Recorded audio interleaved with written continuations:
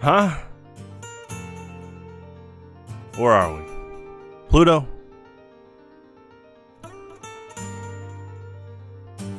Oh yeah, Earth, right. You know, 7 continents, 7 seas, 7 rings in hand, right. Alright, TF2. Yeah, we're back on regular Valve casual servers.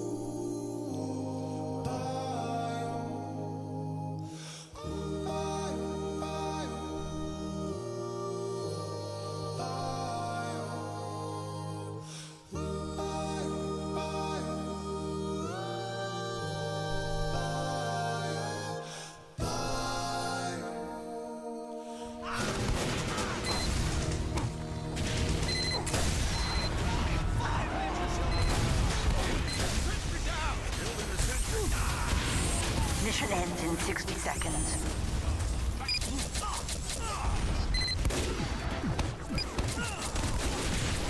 Alert.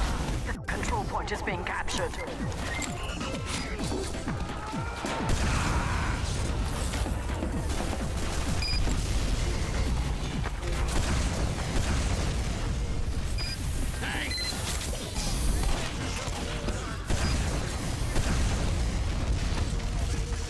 Mission ends in 30 seconds. Every one of you deserves a Alert. The control point is being contested. Nice. Alert.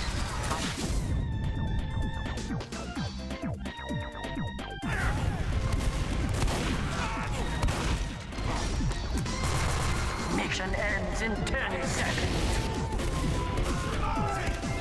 5, 4, 3, 2, 1. Victory.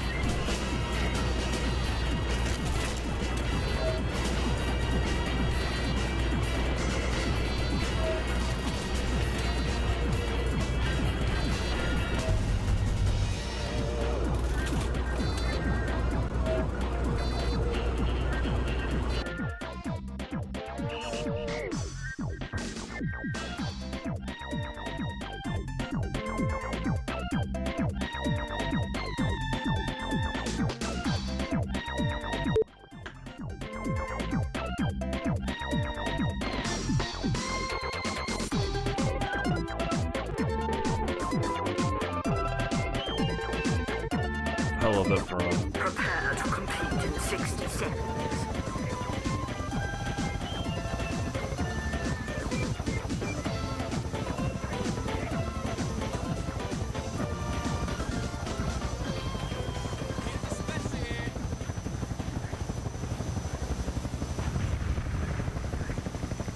The final comic was cool. I mean, yeah, Pyro's definitely a dude.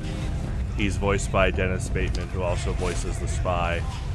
It's just Valve loves messing with people that were overthinking crazy, out-of-field theories. Where he's from, you know, someone said Mexico in the 2010s, and that's not a bad theory. In 10 seconds. But we know he's a dude. We just don't know what country he's from.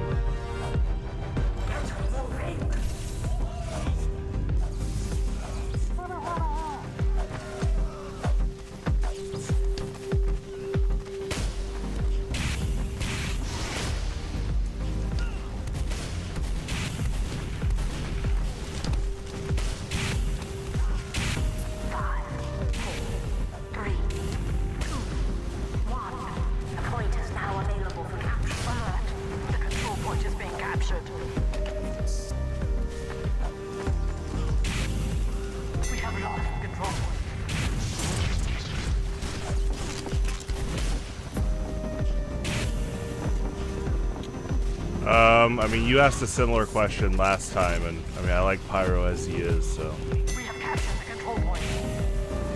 You have to be really careful when you change HP and movement numbers. Like, moving faster with the power jack here, it's a good balance out that I can take more damage while it's out. I do like that you can get health on kill.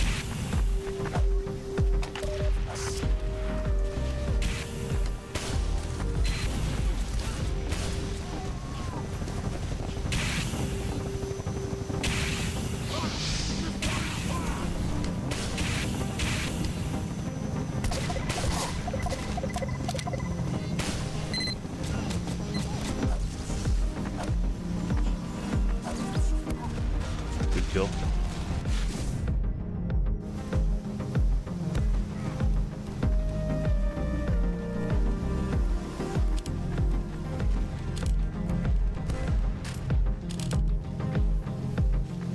Alert. Our control point is being captured.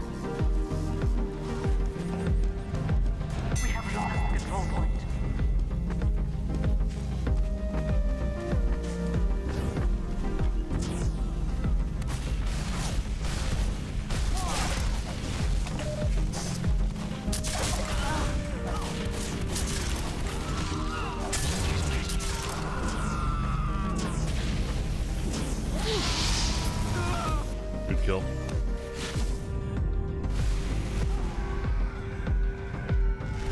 We have secured the control point.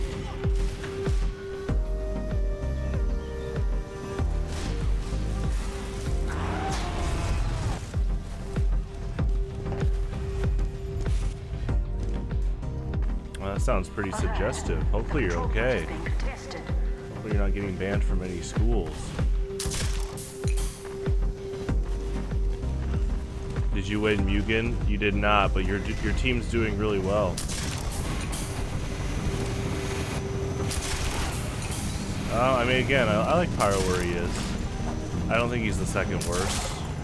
I also think people need to stop looking at TF2 through the lens of who's best and worst. I mean, they did design like the medic to be like the queen chess piece with the way Uber and Overheal works, but every class has like distinct traits, which is really cool. They're all kind of designed to kill the crap out of each other.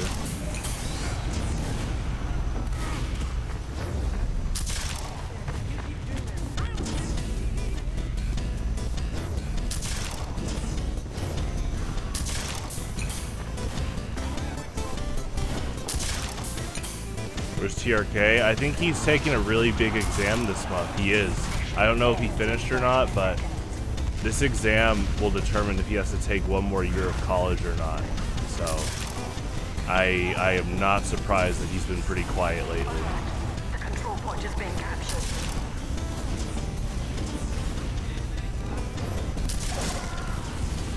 Mission ends in 10 seconds. 5, 4, alert, 2, 1. Victory.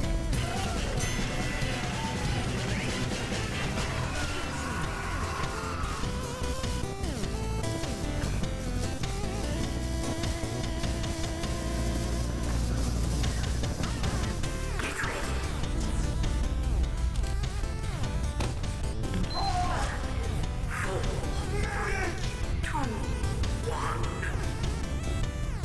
He's grown up. You're proud of him. He is doing well in school. Like, I know the stuff he does isn't easy overall. You know, and I say that about a lot of you guys just that have been in the community for a while. I know you guys are all busy with your own lives, so I always tell you guys never feel obligated to tune in, but you know, I'm glad you and TRK have become friends over time.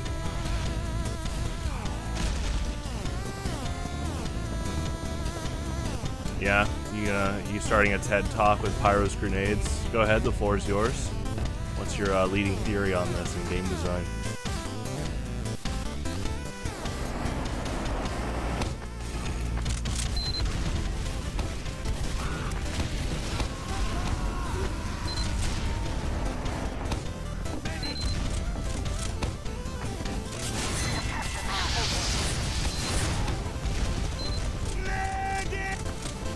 Alert. Our control point is being captured. Good kill.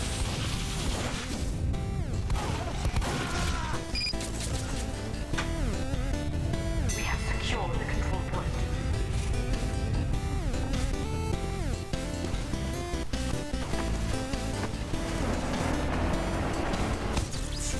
Yeah, I don't think that's a topic they're looking into. Also, I don't think there's really any hints of that. Is this your Twitter account? You just forgot to switch tabs. You got a lot of your send tweets tonight. Good kill. We have lost the control point.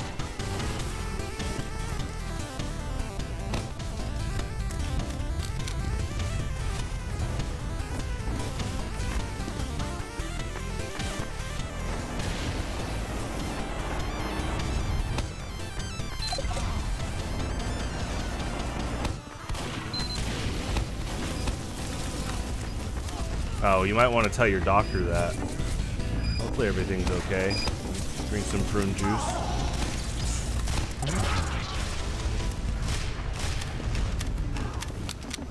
We have captured the control point.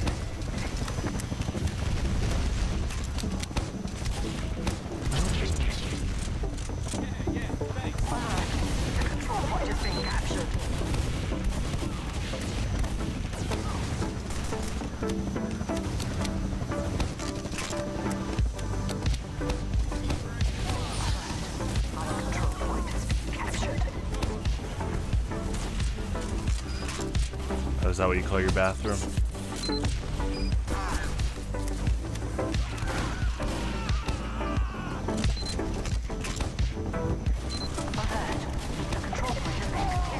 Go.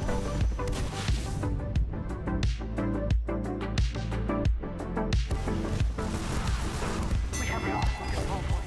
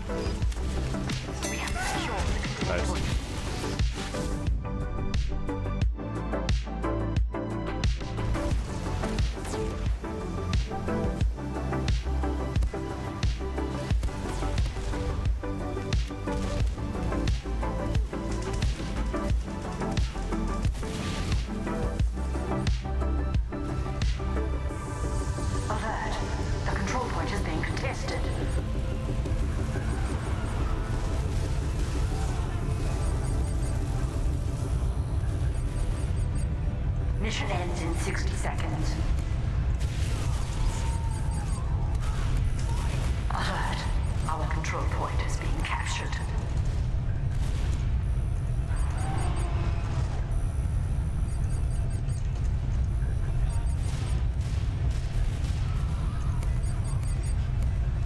We have lost control point.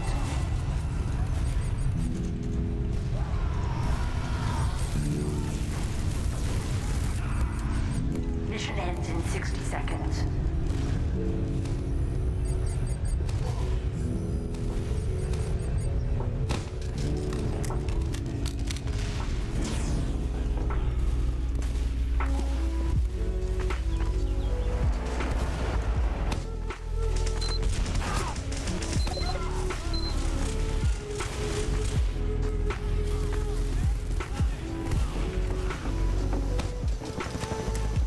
Mission ends in 30 seconds.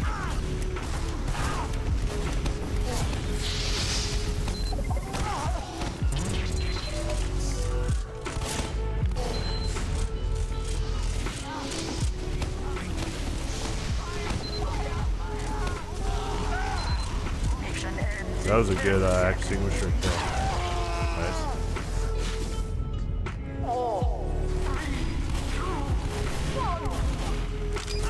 You failed.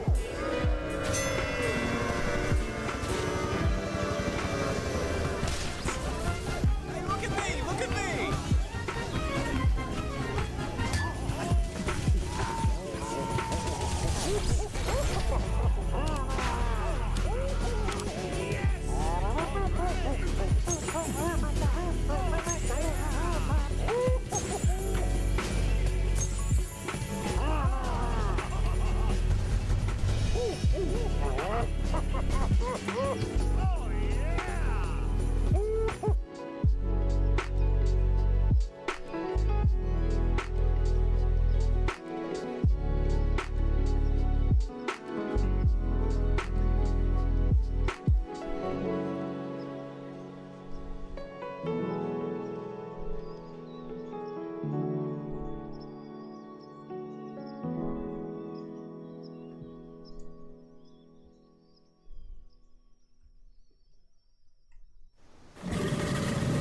Competition begins in 60 seconds.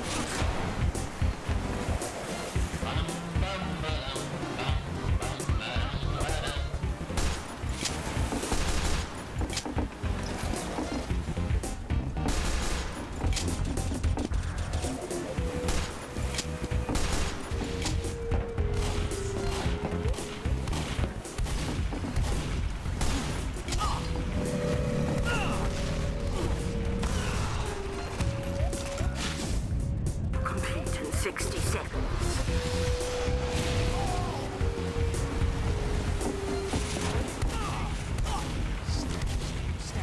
Do you talk too much? I mean, I don't mind if people talk a lot. You just got to be careful thinking about the intent of what you send. I just mean as a general rule of thumb for conversation skills for anyone. You know, there's a reason that we learned The Boy Who Cried Wolf as little kids, you know, as a early childhood book, because if anyone starts conditioning themselves to the public that they just spew out random stuff for attention, people are going to take them less seriously. And I've seen that happen to other people where they throw out all these quote conversation starters, but they don't actually have the intent of conversation, and so then over time people don't want to engage with them as much.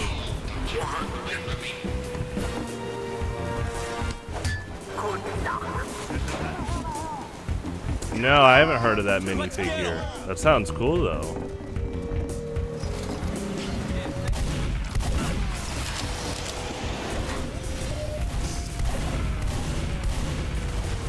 Good kill.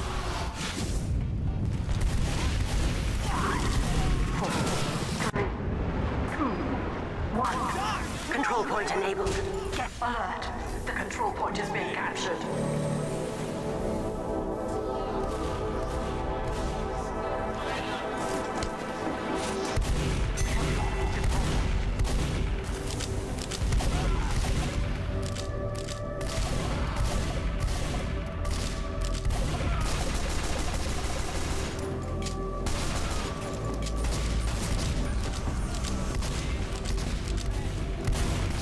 Yeah, it's a great game. It's one of my favorites.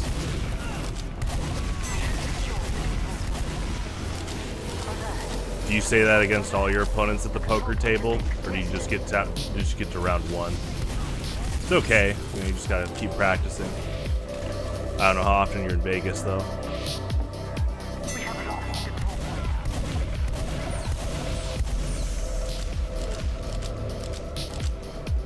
I don't know who that person is. I know there's a lot of TF2 animators though.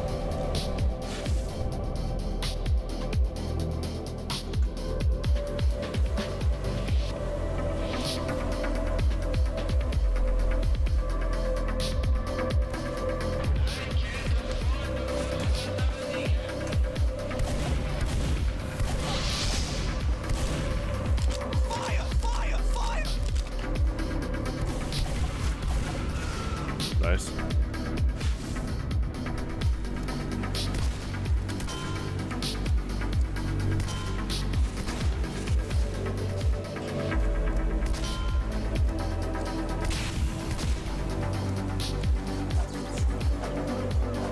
Oh, I don't play Counter-Strike. It's a cool series though.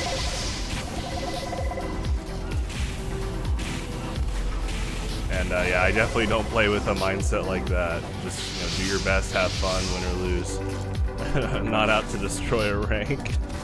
Quote, destroy. You don't like Counter-Strike?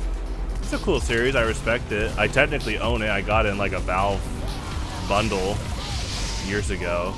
Like CSGO. But I've never played it. Made a huge impact for like competitive FPS games, that's for sure. And it looks fun, just in general.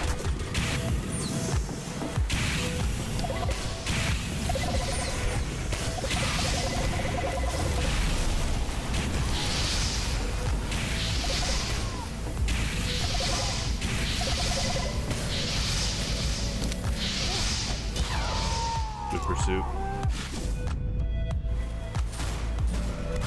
What's dragon lore?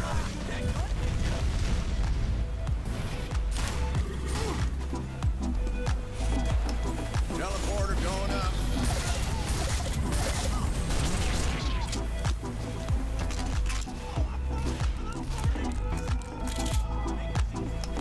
Building a system.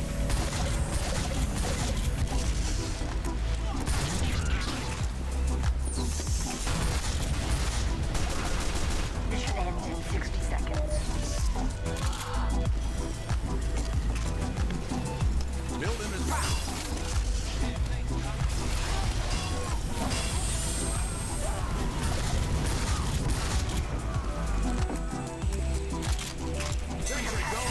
point. Sentry down! Alert. The control point is being captured. You watch someone with a garbage microphone that buzzes when he screams in rage. Well, if they found a microphone from the garbage, maybe they're recycling at least, but hopefully they'll work on their attitude more. Oh, what's up, Gio? 1 second.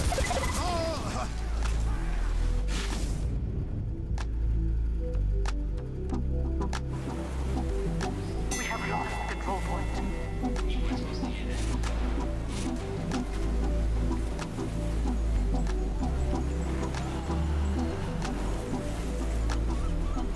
Mission ends in 30 seconds.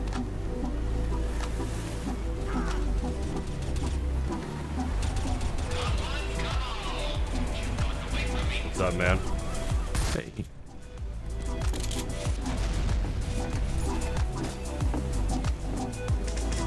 God, I think I have time for one more casual server, and then yeah, I always play Marvel Rivals for an hour. Oh yeah, that's right. And then yeah, I'll be on Uncletopia after that. But you can stay on, and if you want to play TF2 or play Marvel Rivals, that's fine. For sure. Teleporter down! How do I join you? Let me send you a thing. Hold on. Competition begins in 10 seconds. Nice. 4, 3, 2, 1. They prefer a bad microphone for branding, for raging. Definitely doesn't sound like effective long-term branding unless they want to go down the Alex Jones territory. Dale, Ghost, True Capitalist Radio. Alert.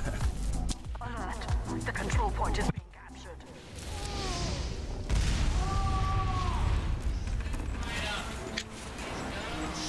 We have lost control point. Teleporter coming right up.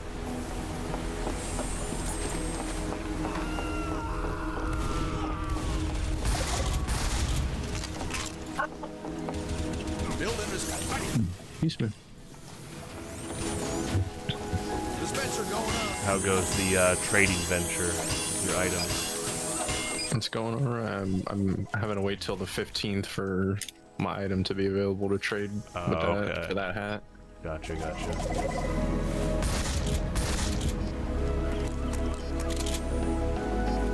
Points ours now. But it's going well. I got a couple stuff off the auction. Some unusual flyers. Okay.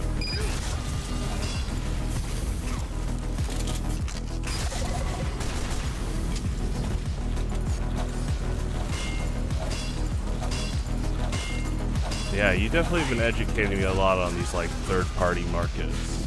It's really interesting. Yeah, they're cool to look into. I don't know if I had told you about one of them. That's just like if you're just wanting to get rid of stuff, you don't really care about how much metal and stuff you get back. You just send it, and it'll send a trade to you. For Okay. an amount, yeah. You definitely got me to start stockpiling my metal more. I just would always turn it into random hats usually. So. Yeah, that's what I had been doing, and then I decided to try this out. Teleporter coming right up.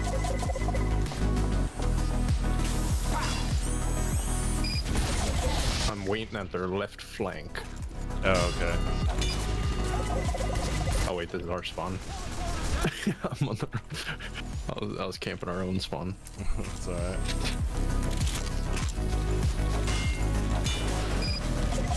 Plant yourself on that target.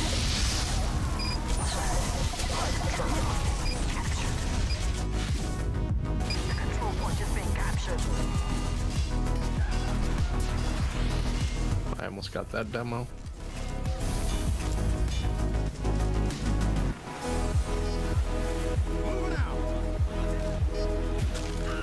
you don't have to shut up more often. It's just like I was saying earlier, just in terms of general conversation skills, with Boy Who Cried Wolf, you just got to be careful about if you just keep throwing out different topics but you don't engage in the actual conversation, people aren't going to trust that you'll engage in conversations down the road. That's just a general life skill.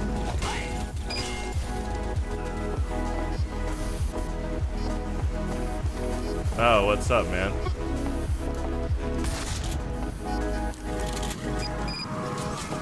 Sounds like you're having fun. Good to hear from you again. I know you turned in yesterday for some Zelda.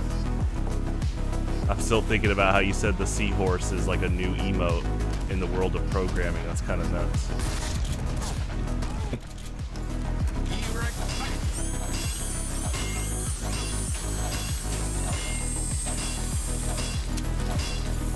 I've been switched. Oh, yeah.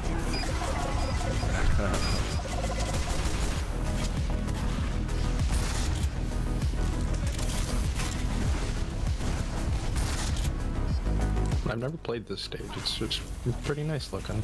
Yeah, it's cool.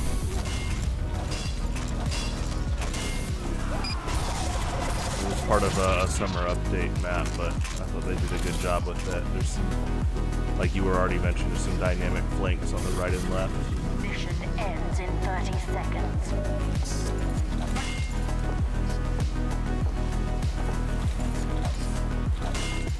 It swapped me at the very end. Yeah, I think that should be Valve's next thing to look at. They got rid of the bots, but they should... I've mentioned this to you many times, but it's true. They need to have a system where people that queue up in a party should have priority of not being auto-balanced. Yeah, that makes sense. If there's gonna be auto-balancing, make it on the people that are solo, which if I'm solo, that's fine. But if you're in a party, that should be last priority. If they really, really need auto balance, then that's when you do it in a party. But right. Yeah, the thing is, once you get auto balanced on casual, you can't switch back unless they change you back. It's not like community servers in general. Right.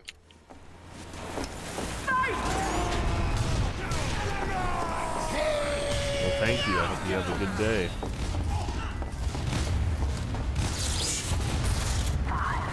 4, 3, 2, 1. Control point enabled. Move.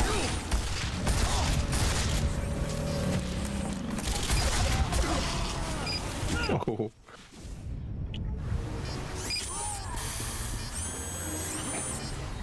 That's cool. They have that little conveyor that kind of just sends you flying that you can use.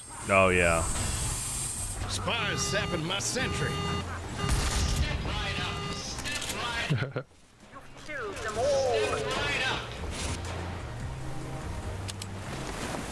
We have secured the control point.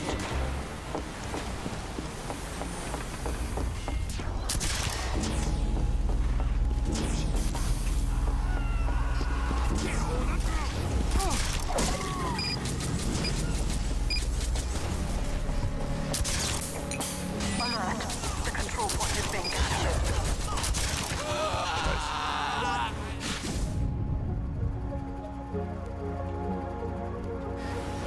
Somebody has the fish. Oh, I'm up. Let me see how much I'm up to. I have. Let's see. Sort by class.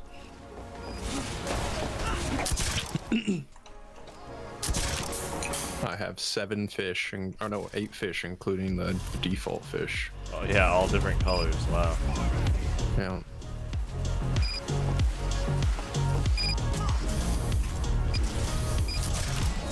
Let me use the, let's see. Merry This Light orange one. Christmas.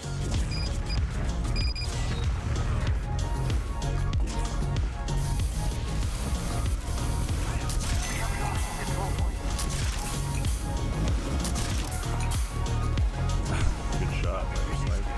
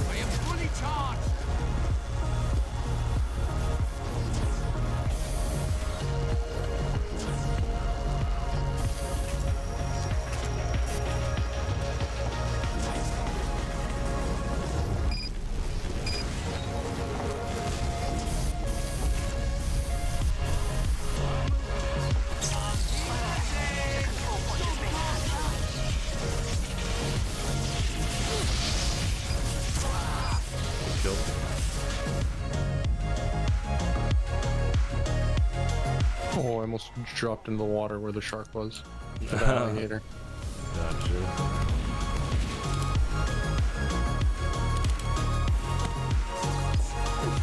That would have been very sad.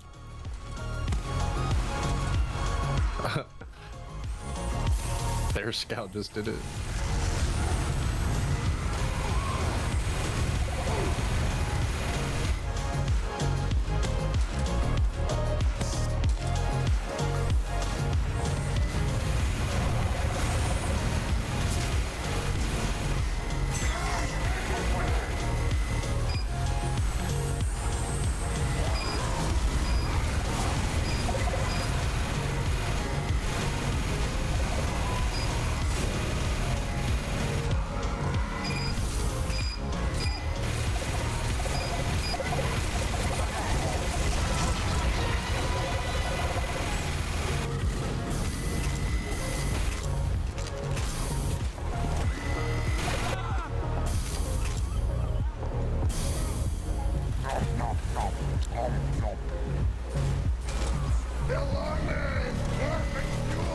Oh, I don't add people on Steam unless I've known them for at least a year. I have to do that. I've had a lot of people already ask about it, and I had to set a rule, for like a time span rule, pretty early on in the streaming. So. Good kill. But you're always welcome to join the Uncletopia servers when I play. I mean, that's its own server of rules, so.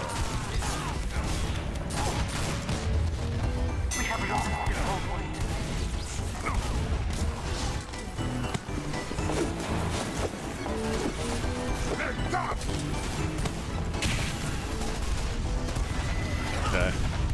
Gotcha.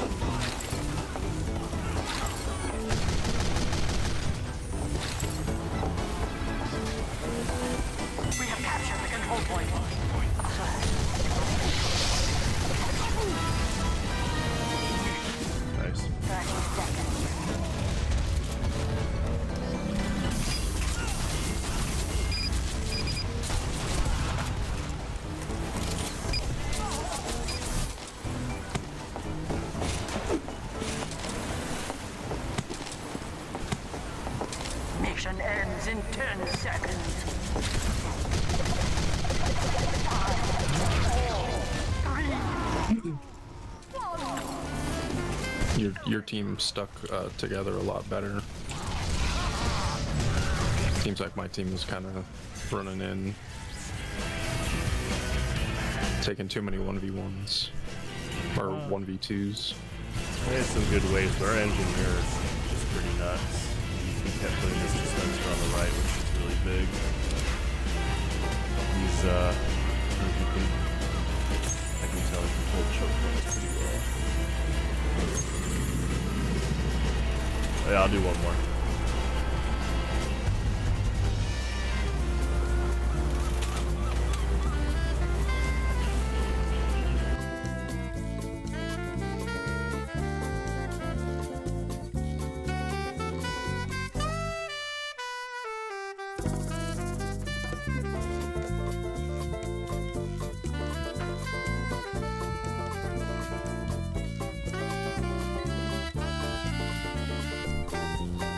Competition begins in 60 seconds.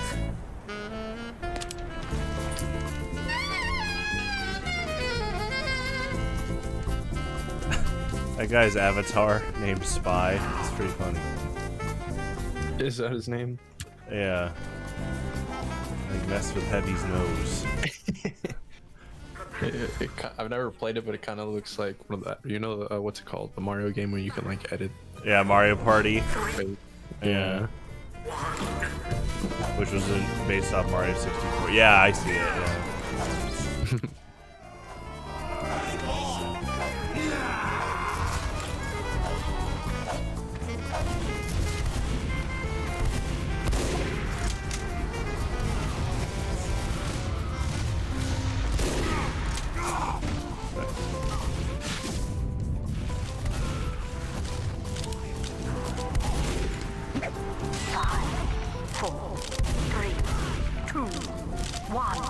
The point is now available for capture.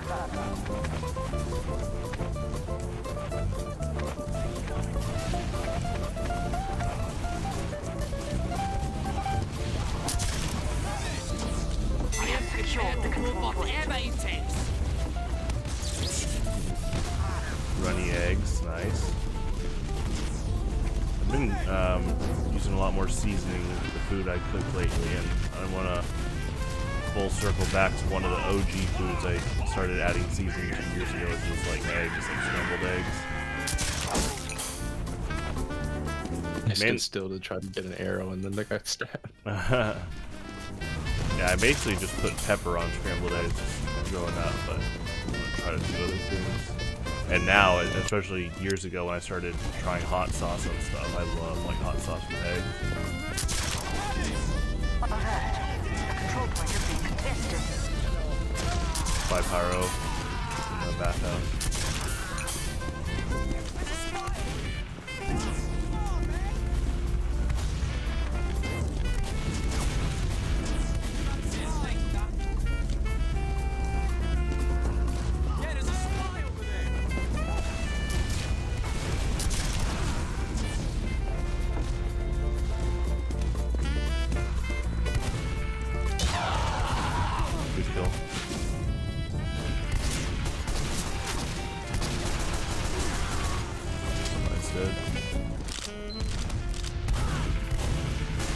We have lost control point.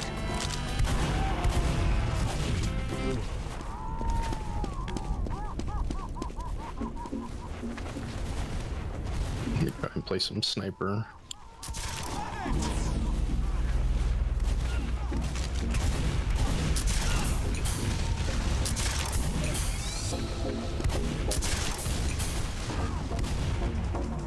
We have had control point.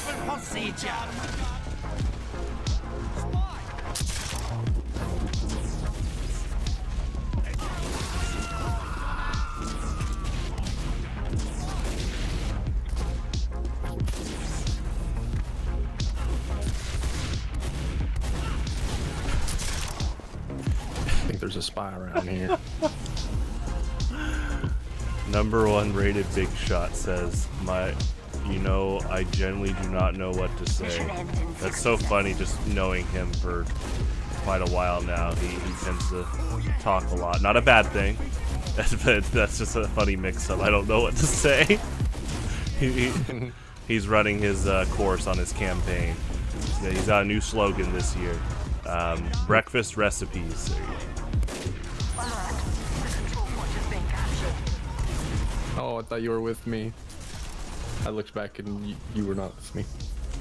Mission I'm on point. ends in 30 seconds. I thought we were going after that demo. I was like, Oh, I thought you were still soldier. That's what you did say, you were sniper. yeah, I was gonna go melee him, but then I didn't have the healing, so he smacked me. Mission ends in His sword has really big range. 5, 4, 3, 2, 1. Victory.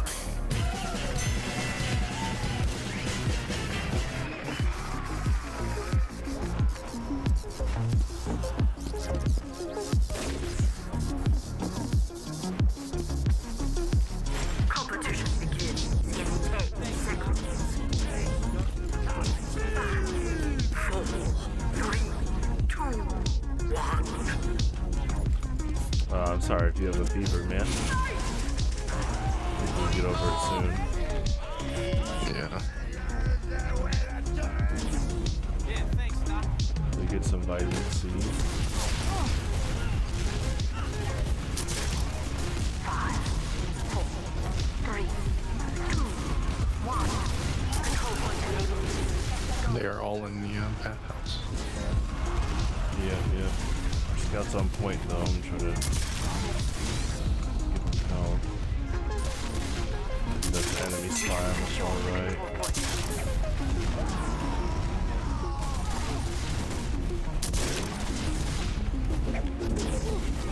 Alert. The control point is being contested. Alert. The control point is being captured. Here, Doctor!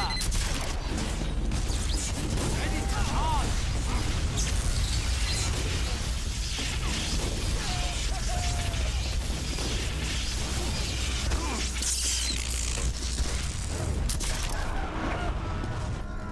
Spy in the bathhouse, maybe? Alert. Our control point is being captured.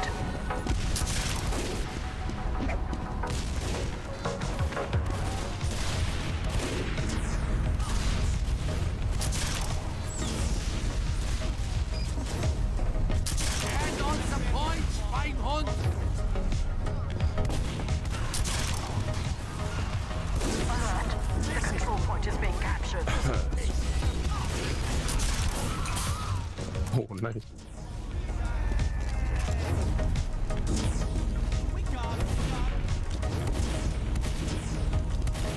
Oh, your baby sister sounds like a future Olympic Nice little athlete. dispenser There spawn. you go. Here, point of nothing! Get on the point, Dummkopf! Thanks, pal.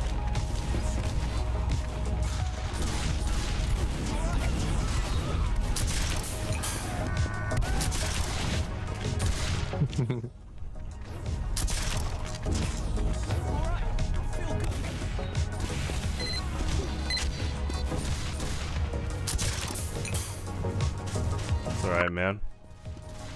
Let's hope you get better. Mission ends in 60 seconds.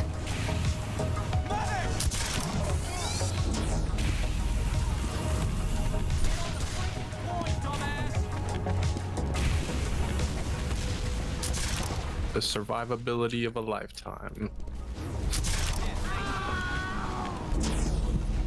Pyro's got some pretty good moves, like strafing and stuff. Yeah, he's fun. I am fully charged! Mission ends in 30 seconds. Let's go!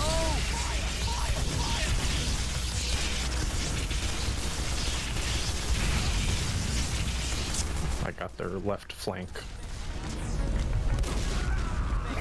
Mission ends in 10 seconds. 5, 4, 3, 2,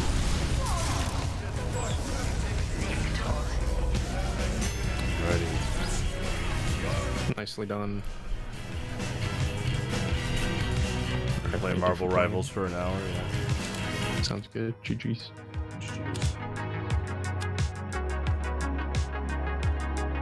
Where did that all go? I'm still here. Unless you're talking about your drive to not talk about Five Nights at Freddy's and Dale. It's alright. Again, hopefully you just recover.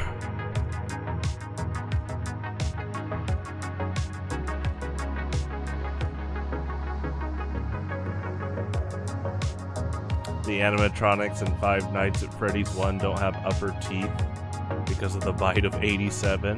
That's pretty cool. That's actually a really cool fun fact. I mean, I know there's memes about it, but the bite at 87 is pretty tragic. But that is it's a pretty cool like bridge for like the lore and stuff.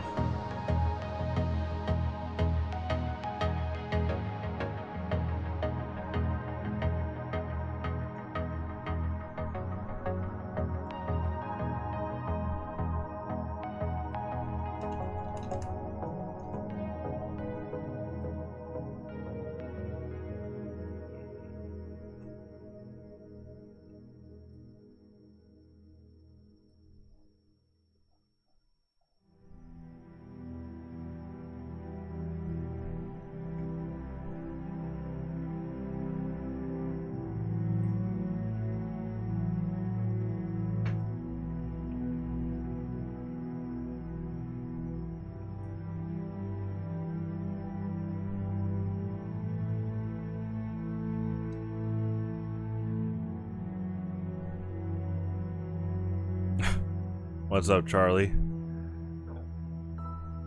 Yeah, I'm glad you've been playing Cloister. Charlie, I think you, I don't know if you stayed on the Zelda stream, but right after I think you went back to Ladder, me and Euron were talking about, I'm gonna guess that one of your favorite parts of Zelda is when the cryptid aliens show up. Those, the ones taking the cows. Because, like, right after you stopped talking is when I encountered the aliens. I'm like, oh, I bet this is something Charlie loved.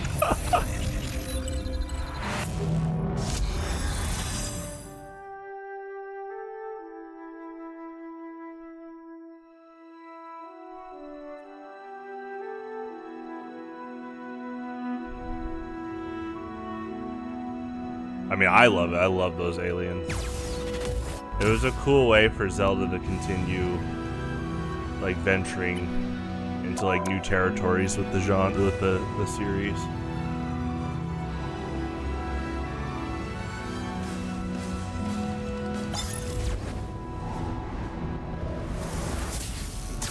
Yeah, I could see that.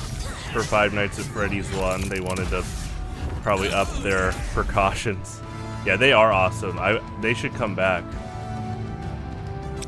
Oh, you're talking about the Peruvitus Colossus. Oh, both. Yeah, he could say yup to both. Yeah, unfortunately, the Peruvitus Colossus is extinct. But Charlie has educated me on how cool this animal is. I didn't really know about it until him, so.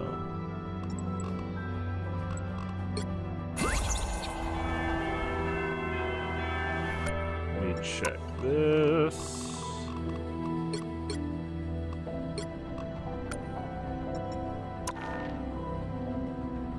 Okay, let me get coffee real quick.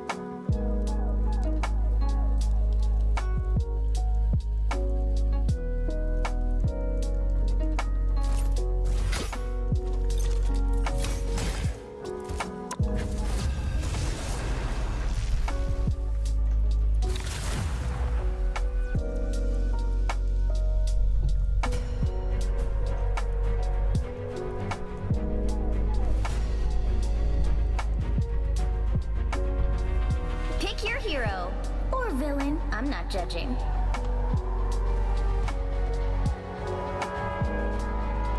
Freedom's an idea that will never die.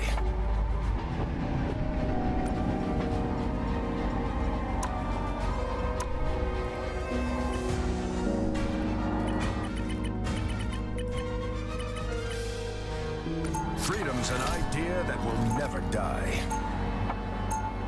Real Engine? I don't know.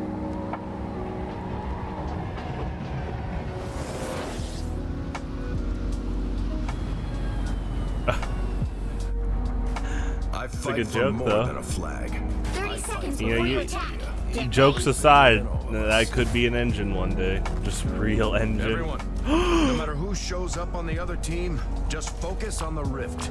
And remember, they're in our way.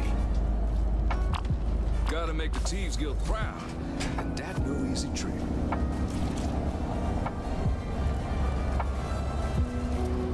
The battle starts in 5, 4, 3, 2, 1.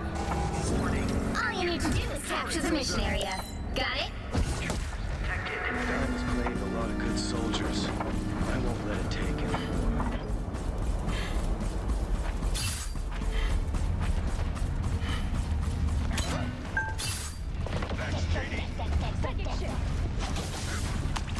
bone dry. There you go. Oh, you're already doing way better. Did you eat an orange? Sounds like it. Looks like the mission area is yours to capture now.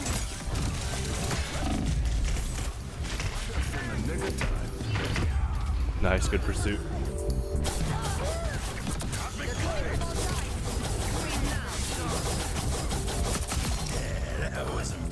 Capture the mission area. You drank water. That's healthy. Good for your teeth.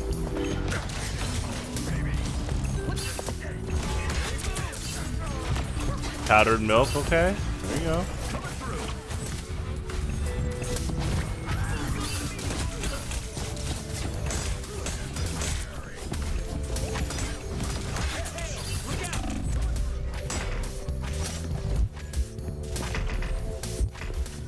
Enemy ahead.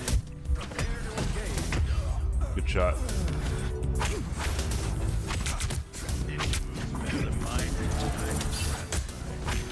You need to teach me that. The fat lady isn't singing yet. That's a good Scarlet Witch line. Their team's capture progress has passed the halfway point.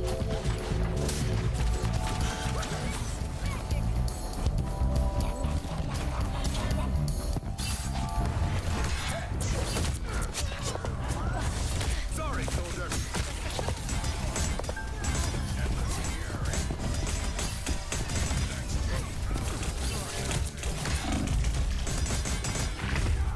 Nice. Thanks, JD.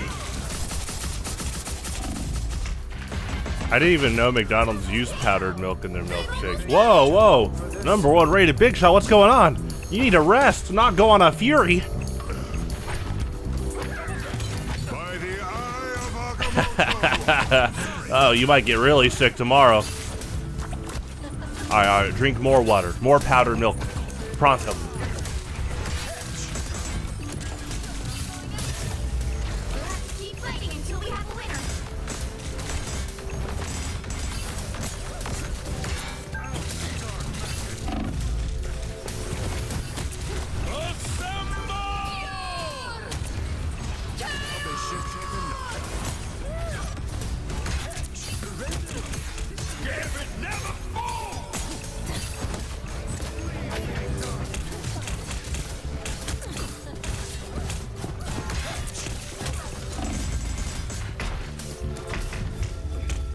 Oh, nice.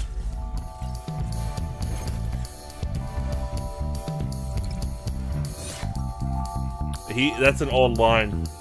That's like an old 20th century line. Like, it's not over till the fat lady sings. This is war. We keep It's like fighting a until we early can't fight 20th century anymore. equivalent of never give up. You know that South Park line, I didn't hear no bell. Ready? It's kind of like that. The worst part about white costumes. South Park can get pretty bad pretty fast, but that is a good line. I didn't hear no bell. I don't fight to hurt people. I fight to heal them. Well, when I'm done here, you'll have plenty of folks to heal. Trust me. Something tells me I should start with you. The battle starts in 5, 4, 3, 2, 1. All you need to do is capture the mission area. Got it? I survived Hell's Kitchen. This is nothing. This nightmare has sold its fingerprints.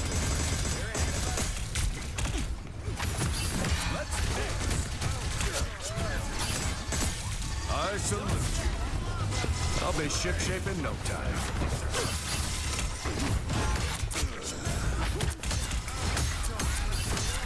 Looks like the mission area is yours to capture now.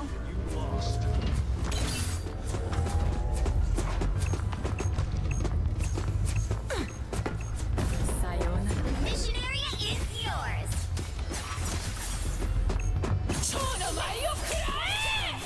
Sorry, soldier.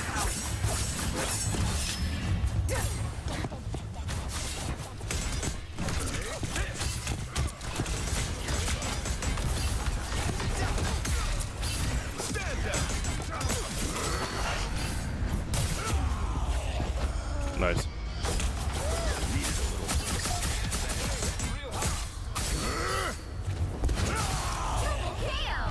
Control lost. Fight another day. Coming through.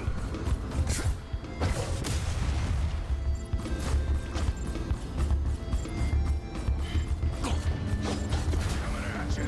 I've lost control. This place out. Let's dance. Stand down. Do this. Need to break free. Appreciate it.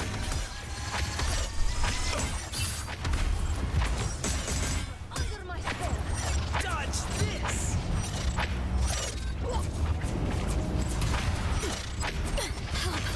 So cold. Like a star.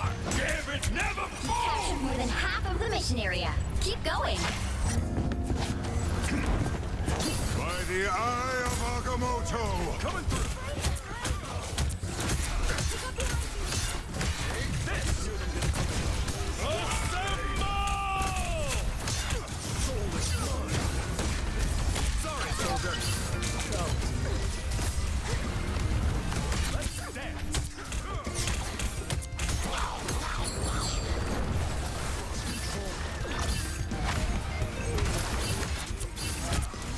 Glory is almost yours.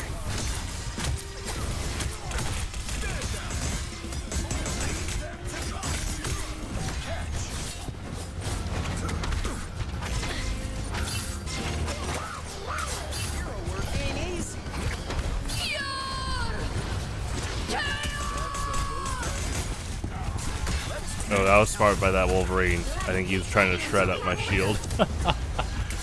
While Scarlet Witch did her ultimate.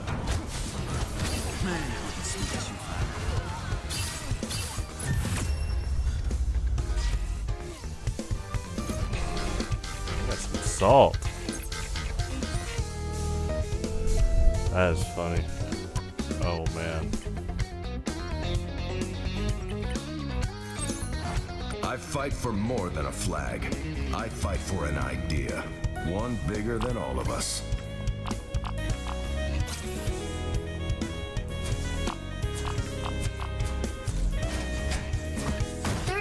Before you attack, get ready. Do you feel farther from Khonshu now that all this has happened? No, he's nearer than ever. Soon we will all see him. Whoa, that sounded a little apocalyptic.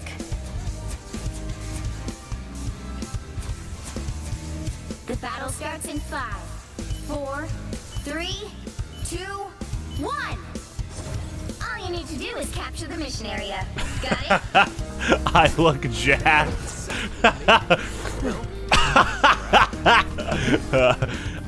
No, I do not go to the gym right now. That's the boost I needed. The most cardio I get nowadays is I do extended walks at the store. You want to pursue game dev? Hey man, go for it.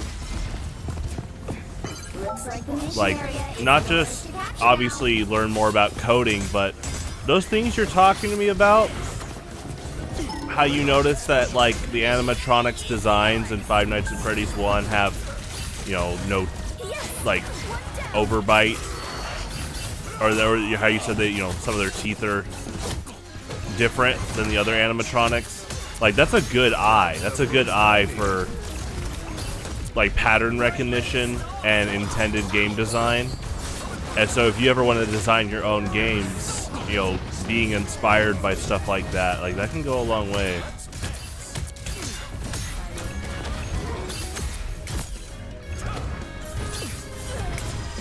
You know, because if you're gonna design a game, that usually is a director role. So you're gonna most likely be working with artists, and you need to, you know, develop professional dynamics between you and the artist about your vision, how they execute the vision. They might have a vision on something.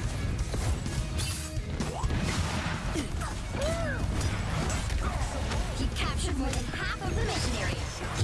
My summertime drink by now. It really is water, black coffee, and on occasion unsweet tea. Those are like my big drinks all year long.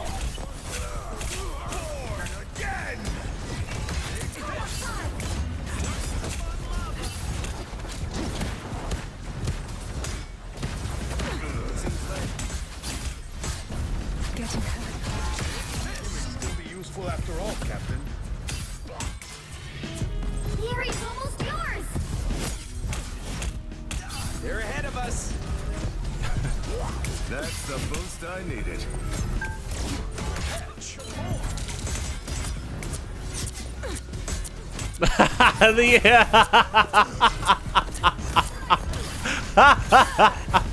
Oh, you got me good. You got me good. I didn't even think about you referencing the eggnog video I made. Man, that was almost 2 years ago. That was a year and a half ago. Yeah, they were selling eggnog in the summertime. And I love eggnog. Of course I got some.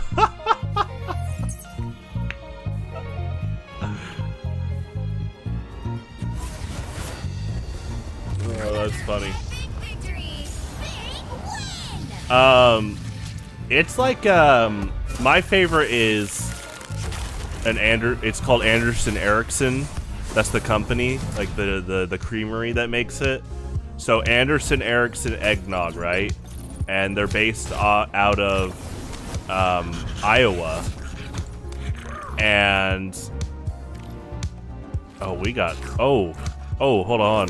Oh, we got salt everywhere.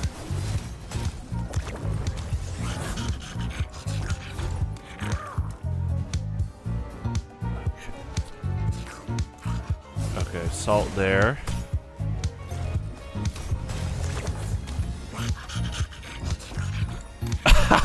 Okay. Okay, gotcha. Hey, what's up, man? Okay, so my favorite eggnog is Anderson Erickson eggnog from Iowa. Yeah, I know. I was dissecting the chat to see who I'm giving a thumbs up and who I'm not. If you're being a bad sport, I'm like, nah. Okay. So, I mean, the best way to describe it, the way they make eggnog, it's basically like frozen custard. It's almost like it's like a vanilla, a little bit of cinnamon like milkshake. It's really good. It really is like a, I don't know if you've ever had frozen custard, but it's basically ordering frozen custard, but they add even more milk, so it's more like a milkshake, and it's kind of like a creamy vanilla, a bit of like cinnamon. It's like honestly, it's kind of a sweet little bit of spiced vanilla. That's a good way to describe it. I guess you would say like it's like a vanilla custard with a little punch of sweet and spice. Humble hero, how you doing, man? I never had kids, but I 30 seconds before you attack. Get ready. You are a curious one, Loki Lofixen. So I have been told by the Allfather and countless others. There's such good within you. Why do you hide it behind a veil of darkness? I play the role I must to prevail. And it seems the next... The battle starts in 5, 4, 3, 2, Is a competitive player a bad sport if they interrupt a fight you're in knowing you can't beat them? You assume this is a fighting game? It's a shooter game. It's actually, what's funny is this game is heavily inspired by Overwatch and TF2, and Overwatch is heavily influenced by TF2. Talk about influence, right? But there's a lot of fighting game stuff in this game. I can tell the developers love the Marvel vs. Capcom games. Like Cap, Iron Man, they feel like how they fight in the Marvel vs. Capcom games in general. I mean, this guy's got Unibeam. His like ray pulse fires.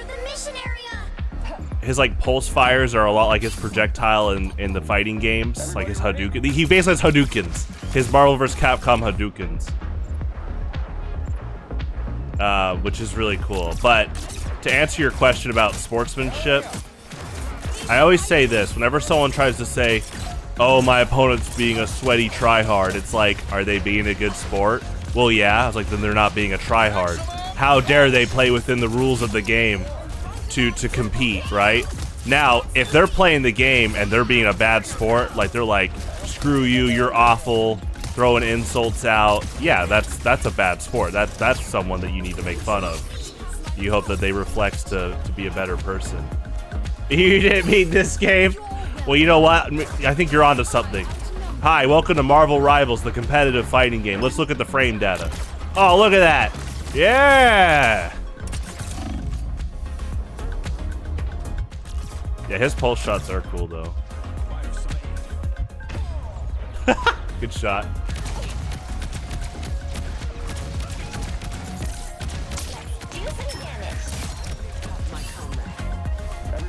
Spire fan is the #1 Spire fan. Well, I want the universe to appreciate Spire. So I'm not gonna hog being the Spire fan. I hope that everyone with common sense. I mean, if you're using common sense, you too are a fan of Spire. And actually, that username is about to be 20 years old in 2 months. So in March, on each Saturday, I'll be playing Metroid Prime Hunters 100%, because that game turns 20 in 2 months, and that's when I started using my default username, Spire Fan. So we are coming up there. Should be fun. Should be fun to play.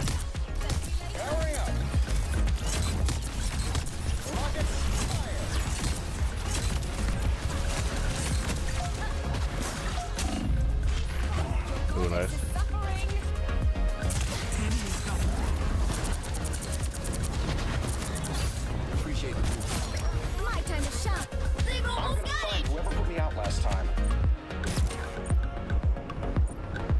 Every time you pop in the stream, there's other people that seems like I've known for a long time, and it perplexes you. The power of friendship. You know what? You're not the first one to say that. And I don't think this is imposter syndrome, but I grew up always respecting, you know, I kind of just grew up with parents that told me to be respectful in general, and I think because of that, and also parents that encouraged me to be true to myself, so I think because of that, I guess we better save the world again. You know, the friends I made along the way, a lot of them have stuck by. You know, some of my best friends I've known since elementary school that I still talk to all the time. Some of them are in like the community Discord, and it's great. And the whole not imposter syndrome, but when other people have told me that like my friend group is really, really good, and I was like, oh, what do you mean by that? I was like, doesn't everyone, like the average person, have a good friend group? And I find out that no, that is not the case. I find out there are a lot of people that struggle to make even just a few good friends, and I find out that there are people that might have had a lot of friends in college, and then the second they're done with college, a lot of their friends don't even talk to them anymore. I'm like, oh my gosh, you know, that's a whole different reality that I didn't really think much about. But you know, I know people make memes about the power of friendship, but it is a real thing for sure. And I think at its core, it's about being a good person, good down-to-earth person. And it's not about like virtue signaling, like, oh, I'm a good person, but what makes for a good person is just being respectful. You know, respect everyone at first. You know, it has to be lost. The opposite are, you know, those jerks you meet in life, those scumbags that say you have to earn their respect. And it's like, earn your respect. Ugh. It's like, no, there's a reason they say respect the janitor and the CEO the same. It's true. You shouldn't treat people by what they are. You should, you know, oh, you're the CEO, so I'm going to treat you more nicely than the janitor. That's just shallow, two-faced. I think there is a recipe for just being consistently respectful to everyone. Let me do this real quick.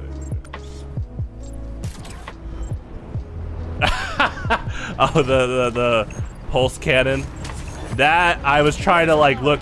That's usually where a lot of them come out, choke point wise. So I was wondering if I could get a head start there.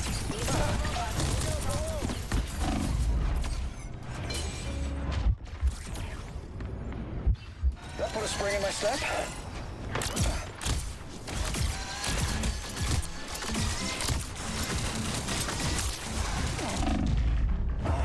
Ooh, nice. Please, we're hurt.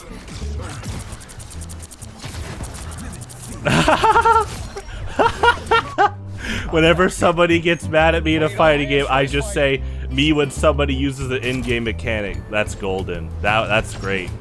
#1 rated big shot 1997. Seriously. There's a reason there's a term, don't hate the player. It's in the game. You know, again, we can go back to bad sports, and another trait of bad sports is they like to use the term cheese when they lose to something, but it's like, hey man, it's in the game. Your team's capture progress has passed the halfway point. Damn it, never!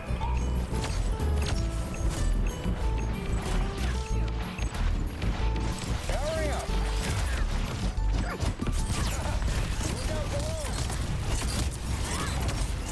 Maximum pulse! Ooh, nice. Maximum pulse! Don't come back. I'm gonna find whoever put me out last time. Oh, it's crazy that like, so again, you know, my username, my default username is coming up on 20 years. And you want to talk about the 2000s, that's really when the your mom jokes were taken off. It is crazy that to this day, I hear like kids of other generations still like unironically going for the your mom jokes, but they're trying to like, this isn't like the MTV your mom contest. This is like, they're trying to actually get to a person, like, you know, like trolling or being passive aggressive. It's so funny in like a petty manner, like, oh my gosh, that's but yeah, there's a lot of counters you can say to that stuff.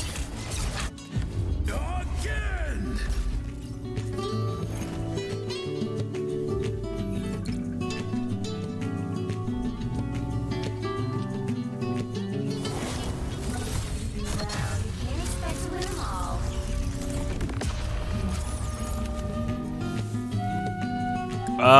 I mean, I definitely am an advocate of not like I definitely think there is a line to draw between sleeping in and oversleeping. I am actually not a big fan of sleeping in general. My rule of thumb is even if I quote sleep in, I'm still wanting to get out of bed before 10 a.m. Like, that's just how I am. I want to do stuff in the morning in general. But there's definitely like people that will sleep till like 1 a.m. or they'll be in bed till 1 a.m. and I don't think you know, side effects include hallucinating, but you know, it's definitely a please be careful because Top-notch team to win this one. your body might ironically just start aching because you've been in bed for so long. I'm Luna Snow. Like the moon, I shine in darkness. You feel like in the game isn't a good rebuttal because all games have crutches for new players post 2010. You're just someone who likes to challenge yourself when something feels too easy, just preference. Well, no, in the game is what I'm saying for like when I play competitive Melee, Street Fighter, this game, like, you know, I really, and I don't do this on purpose, but I basically always play non-meta. I play who I like, and it just happens that usually the characters I like aren't meta. So in Melee, when I win with Yoshi, and Street Fighter 6 when I win with Lily, and people start ranting about the character, in the game is the rebuttal for, again, don't hate the player, right? You know, this is where, like, I'll pick Yoshi, and obviously Yoshi, with his second jump, he has armor. And so, you know, if someone says, oh, Yoshi's armor is cheese, you know, again, that's usually their fragile ego talking. They can't they're not trying to fully admit that they got potentially outplayed in that area. So when I say in the game, you know, again, don't hate the player. On the opposite end, if I get wave shined by Fox into up smash and I get KO'd at like from 30%, that's also in the game. That is my realist side. That is me saying, hey, Fox is not banned. I could have picked Fox, and they got me. You know, I think that is a very healthy way to play games, because if you start slippery sloping all these excuses, I mean, look at Low Tier God, look at Dale, it's just miserable. You're just constantly like, stupid cheese gimmicks, I hate this game. It's like, why are you playing, man? But what you're saying about game design, like crutches, I mean, that's its own conversation. You know, that's obviously like, what do you define as a crutch? Good KO, by the way. And to me, it's kind of like, I'm making a comeback. when it comes to design.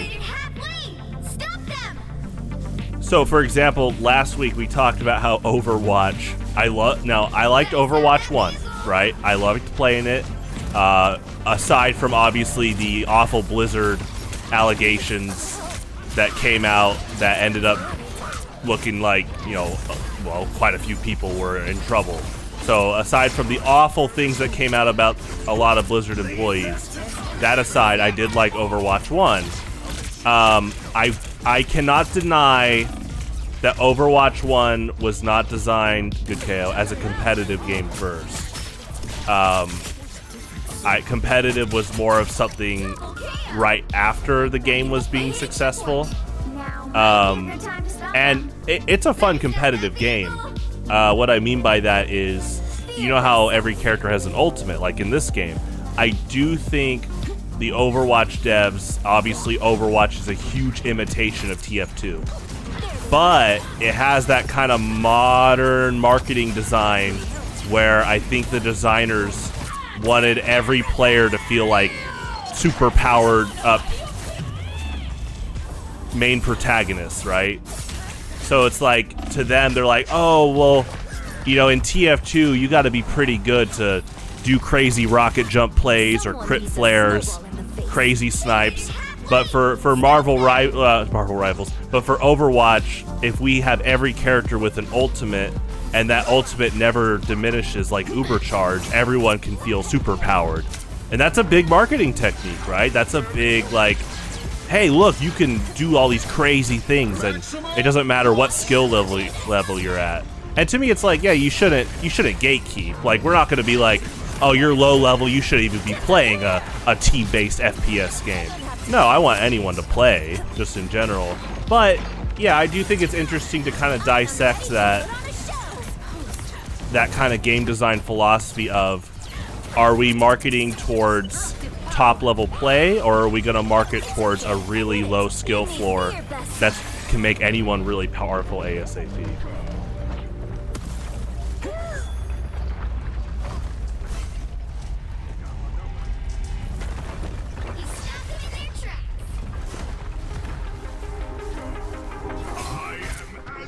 Okay, I gotta watch this flank in case like a Spider-Man or Venom sneak by, but I'm gonna go a little bit ahead. Yeah, definitely want to keep tabs on this payload.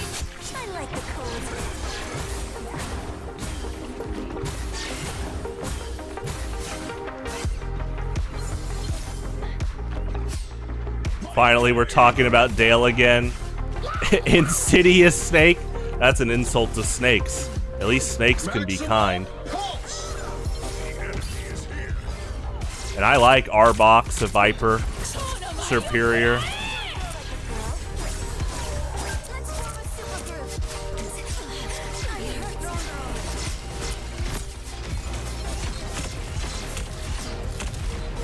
Hello, Skeleton Box.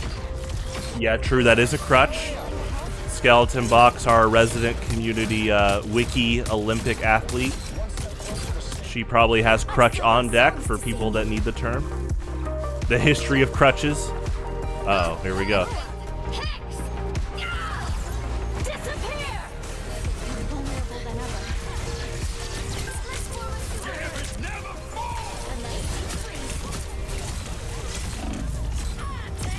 Good tanking.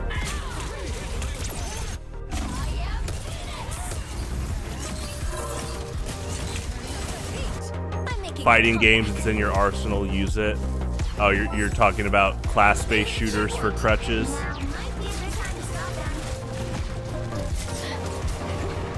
Dale would not have the heart to talk back to someone. He definitely is like a all bark type guy. Like all bark, no bite. And he says a lot of bad things. That's like his average vocabulary, is just saying some of the worst things possible, but some people have seen him in person and he's like really, really quiet, just in general. Quiet for a guy that keeps telling people to pull up and catch the fade. Pull up and catch the fade, bro. Uh-oh. He really wants those TMZ cameras. Good KO.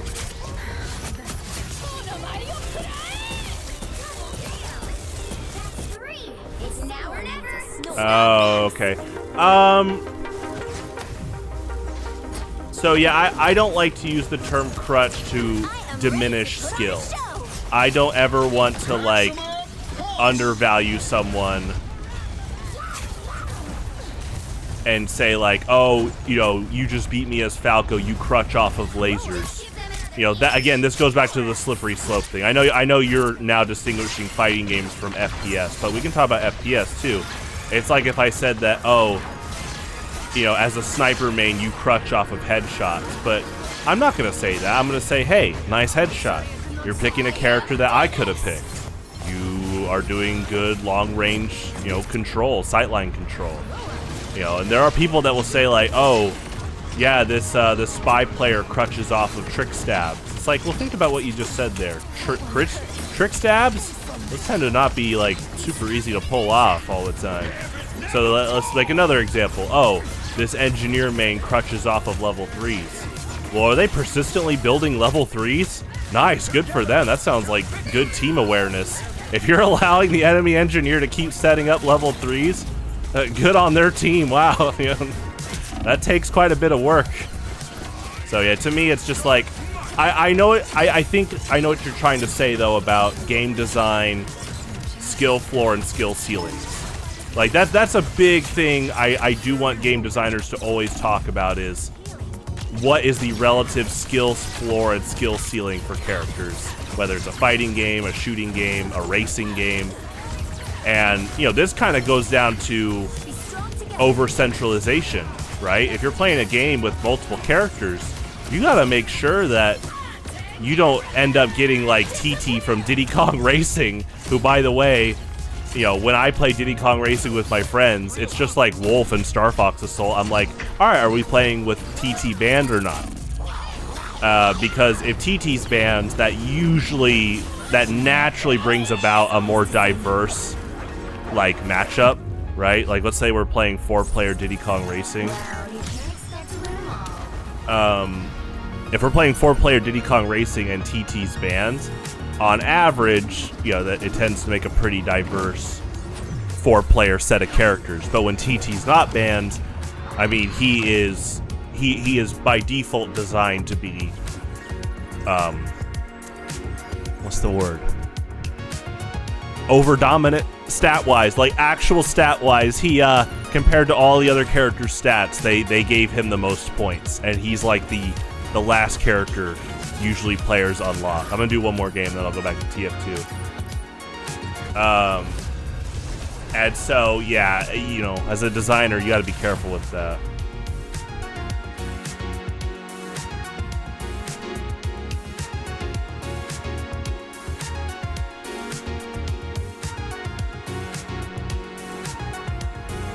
Crutch is the stress ball that you bite into and you're bored. Uh-oh. I think we might have found what made you sick.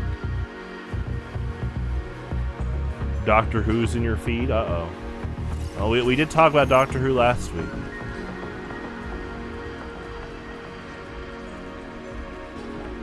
Yeah, crutch is when the enemy uses stuff I don't like. Yeah. Yeah, that's like a scrub quotes default there.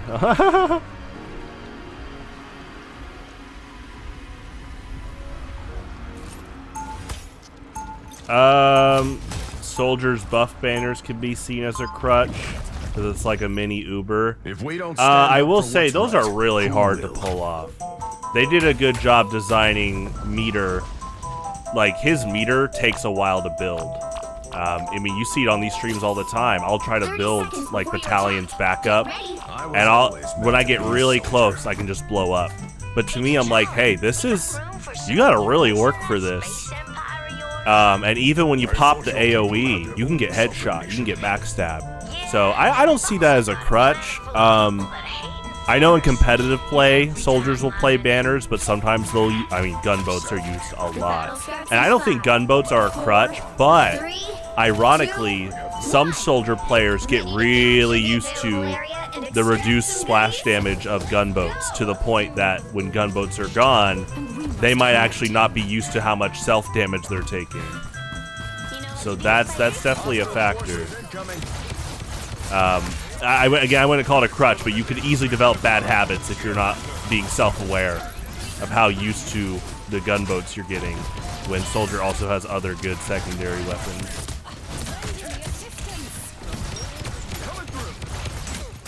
I will say, good knockout. I will say though, there can be scenarios where a player might be using one play style. Yeah, you know, again, so well, let's look at like melee, right? And you know, Falco is legal. Falco's not banned, and his laser is really strong. If the Falco player is using lasers a lot right when they get into competitive melee, they'll probably win a lot of neutral, right? I mean, the lasers are fast, they auto cancel when you come down, like just really effective overall, right? So then what happens later on when you run into an opponent that knows how to power shield well, right? And so they're now not only negating your lasers, but they're throwing them back at you. And sometimes the Falco players rant. They rant about a universal mechanic. And that right there, I think, could be identified as a potential crutch. But that's not a crutch to dismiss their results. It's more about, like, if I'm their coach, I'm like, hey, you're going to run into people that know how to handle lasers persistently.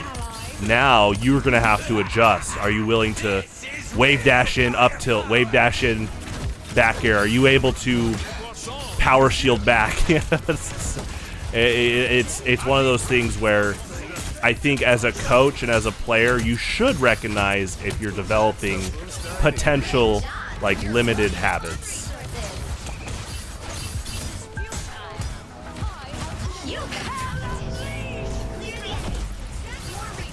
I tried to grab the armor pack. I just wanted to see. That'd be so funny if you could take enemy armor packs. Good knockout.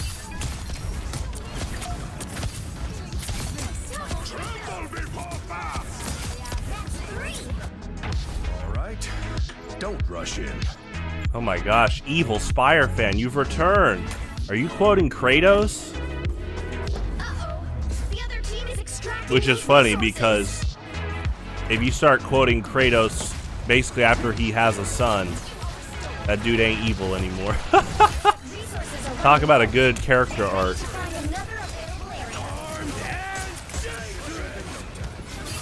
Yeah, it was like what?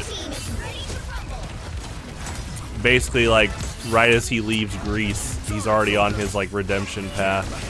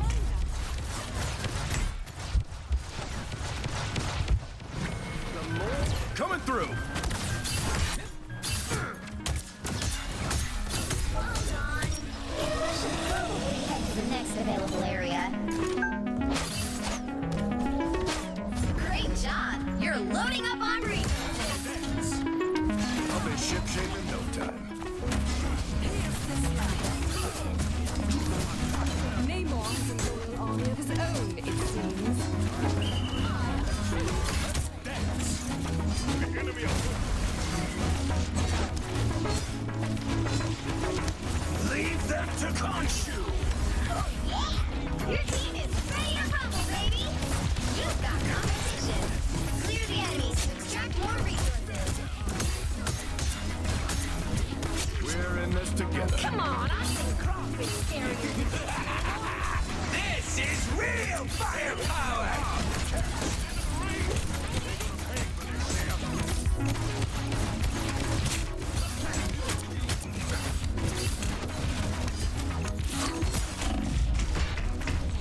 Nice. Uh-oh! The other team is extracting those resources!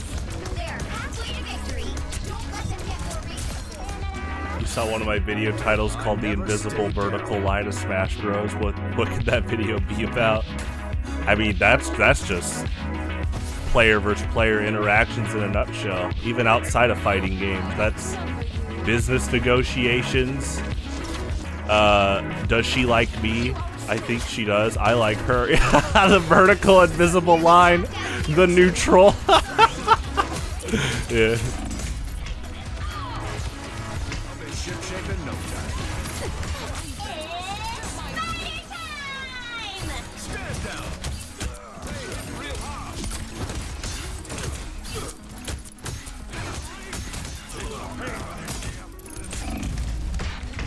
Oh, nice.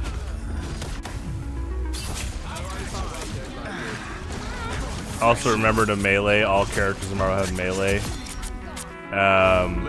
Yes, true. Yeah, it's like Overwatch. I think that I can tell you the reason I don't melee by habit is that's Cap's default left click. Stand down. And in Overwatch, I had melee set to F, and F is an ability here. But yeah, I do need to check my melee bind for sure.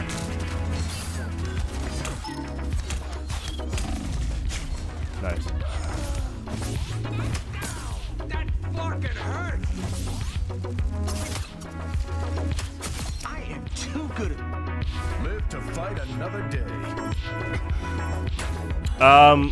To me, it's like, again, so what I'm trying to distinguish is, like, if I die to the direct hit, I'm never going to say this soldier player crutches off this. I'm never once going to undermine their results. I'm never going to undermine what they did to kill me. They got me. It's in the game. That's part of the rule set, right? Because, again, you can go down a slippery slope of negativity saying, like, oh, this is bull crap, this is cheese, this is dumb, no, you didn't win, crutch. It's more about if we're actually wanting to be productive here, it's like, hey, good job on the direct hit. What if, as a pyro, I start reflecting direct hit rockets? Will they change rocket launchers? And how much experience do they have with those, right? I'm trying to test them, like, what might be outside of their comfort zone that I might be able to exploit competitively. It comes back to, you know, fighting game, neutral games. I'm trying to understand, like, what is my opponent comfortable doing and what does my opponent not feel comfortable doing? What is that vertical invisible line they're not willing to cross? But regardless, no matter what, at the end of each game, GG. It's that simple, you know. I see people doing crazy gymnastics and circus acts, avoiding saying GG. But it's like, as long as they didn't break a rule, all good. You know, don't hate the player. It's like we're both playing this game. That is like a rule contract. You're not breaking those rules. Nice. I hope you had fun. I had fun. There you go. Nice.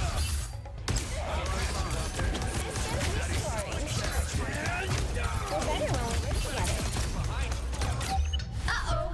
The other team is extracting those resources! Stand down.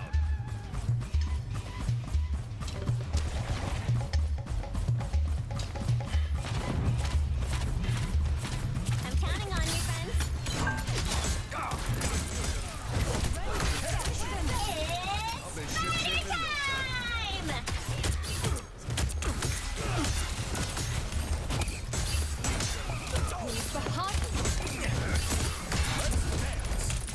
Sorry, soldier. Ooh, nice.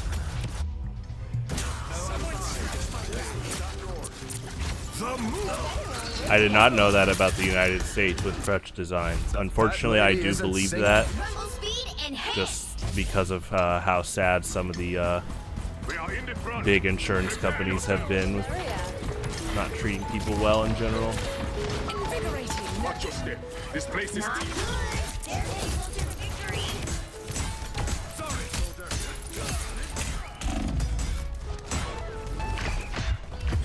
Oh, nice.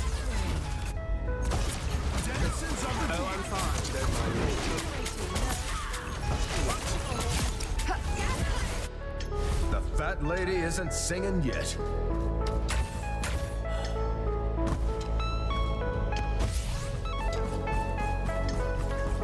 Well, again, what I'm saying is, it's just, you know, the realist approach is just for sanity in general.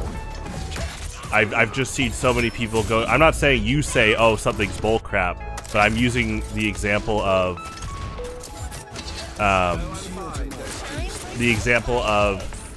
seeing so many people get salty over a certain attribute in the game, but their opponent isn't breaking any rules. So it's like, if you feel like they might be, quote, like crutching off of a tactic, then you as a competitor might be able to exploit that, which would be great. And then again, from the coaching perspective, you can recognize if someone might be developing bad habits. But again, as a competitor, it's just like, if a Falco beats me and I keep getting hit by lasers, good KO, then that, you know, that's me needing to reflect, say, what can I improve next time? And then what happens if I take, what if I can counter their lasers? What will they do?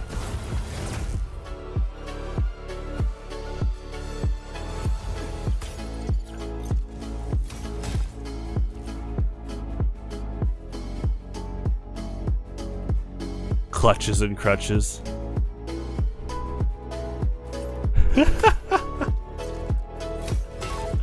Oh, we got some more salt. Alright, let's go back to TF2.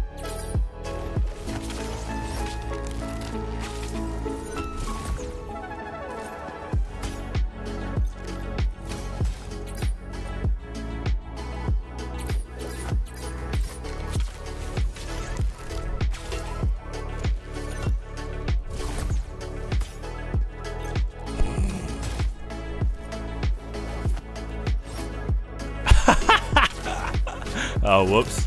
I gave it a thumbs up. Well, hopefully that positivity helps them. Hopefully it doesn't enable that behavior to go further.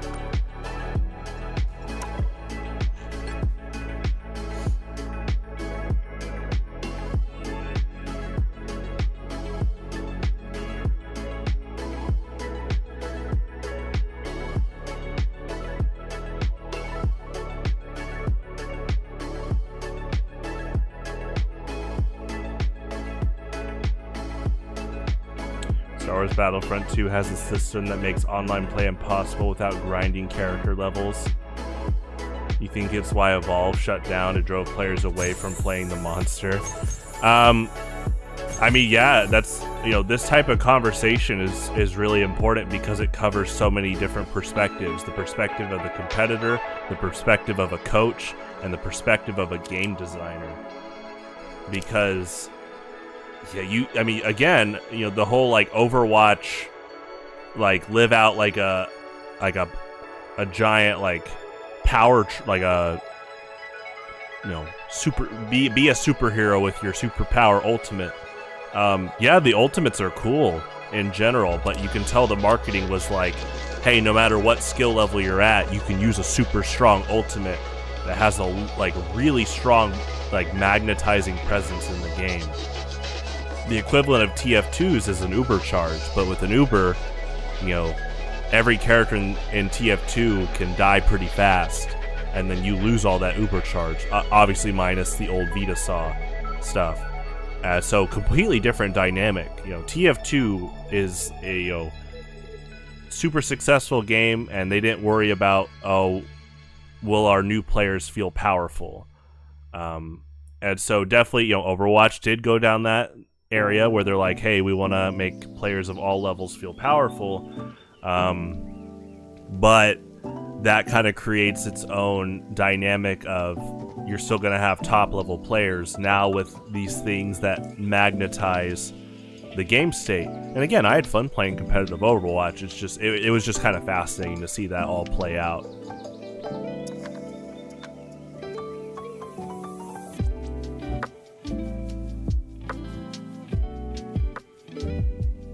It's entertaining to be OP. Though that does go back to that, you know, that syndrome quote where they're like, if everyone's super, no one will be. I think TF2 is more about like every class has the capabilities to kill the crap out of each other, but there's still so many different ways to execute that. There's such a high skill ceiling for every class. It's really cool. And I think because the game is so offensively oriented, you know, that kind of fragility that these classes have really adds an interesting do or die dynamic. You know, if you miss position even by a little bit, that could be your whole life. And there are some games that are a lot more forgiving when you misstep. But regardless, even if it's more forgiving, once you reach like a high top level of play, you know, oftentimes that's when players are more honed to looking to punish mistakes.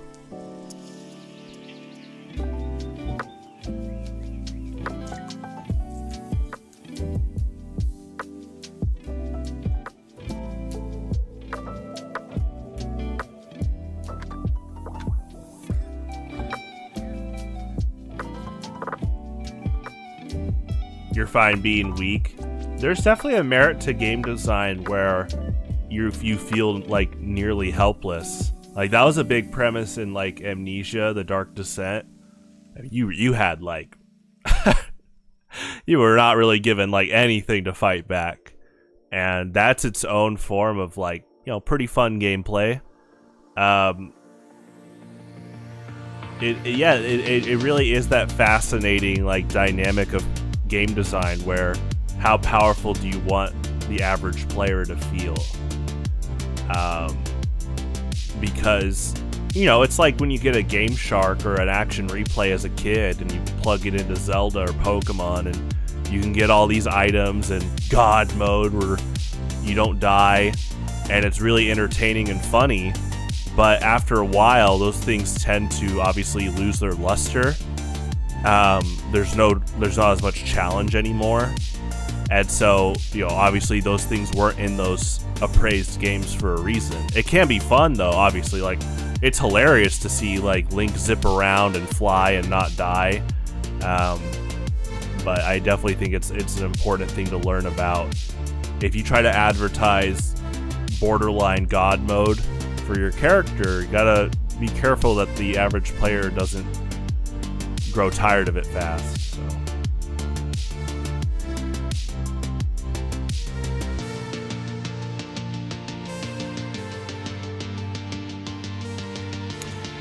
I mean, so yeah, again, I think here's the thing.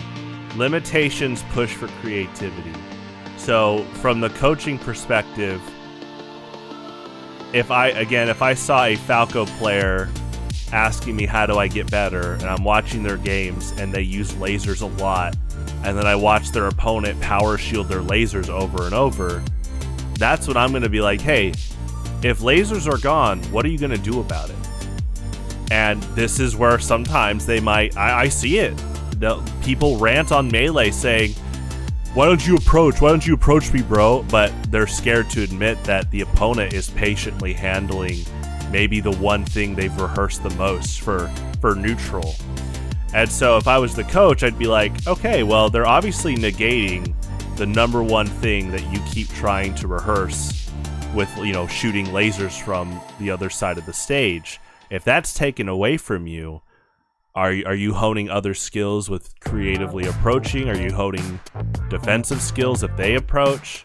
So yeah, I do think there is an importance to highlighting, like, whatever character you use within the rules, that's fine. Again, it's in the rules, you're not breaking the rules. Again, I can die to the direct hit. I can lose a stock to Fox at 40%. I'm never once gonna say, cheese, corny.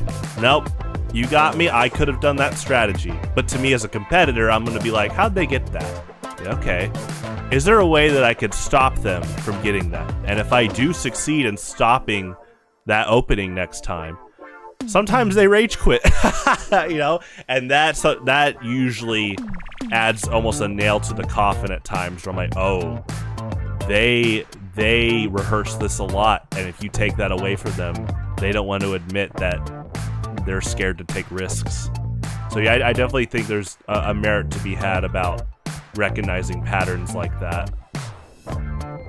But, you know, at the end of the day, I'm never once gonna, like, get angry or shame someone for whatever tactic they did within the rules. It's just more about, as a competitor, what can I do next time to maybe alter the tempo and see how they might adjust or not.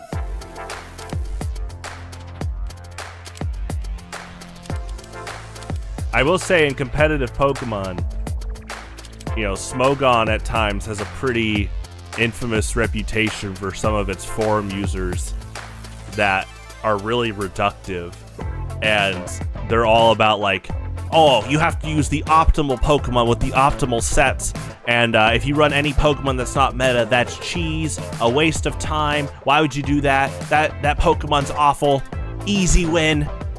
And so and then you use those Pokemon they're talking about, you run into them on ladder, you beat them, and then they go ballistic.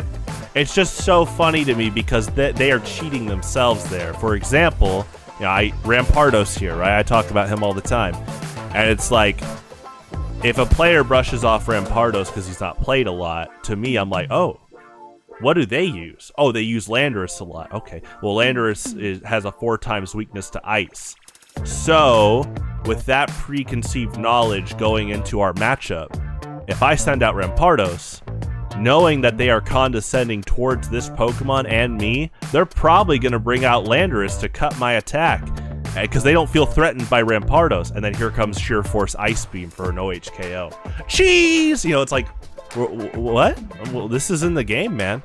You know, and then I love it when you do that, and then the player goes, that's a gimmick, I won't fall for that again. It's like, oh, okay. So are you scared of the Ice Beam or not? Because I'll do it again when I think you're brushing it off again.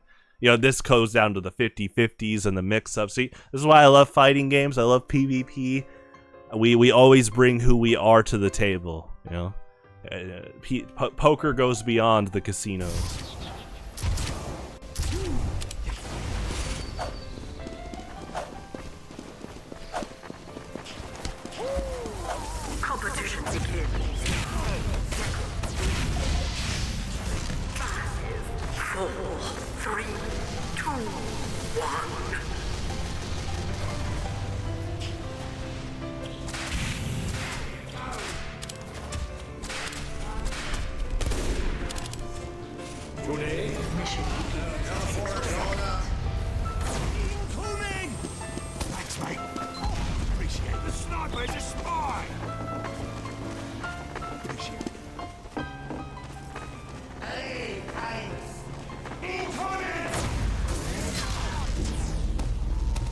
You're all right, Doc. Building the sentry. Mission begins in 30 Dispenser going up. Teleporter coming right up. Dispenser here.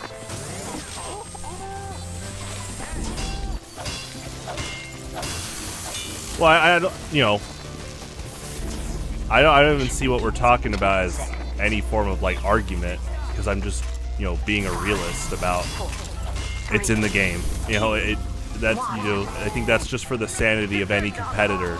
If you start like shaming people from using a tactic in the game, it just becomes this snowball of unhappiness. That's why they say don't hate the player. But that's, you know, but to this discussion, now when you're a game designer, what are you looking at for what defines like healthy representation for characters and developing different routes of skill? It's just a very fun type of conversation in general. That's all right. Yeah. I do think, again, like, because I've talked about good kill.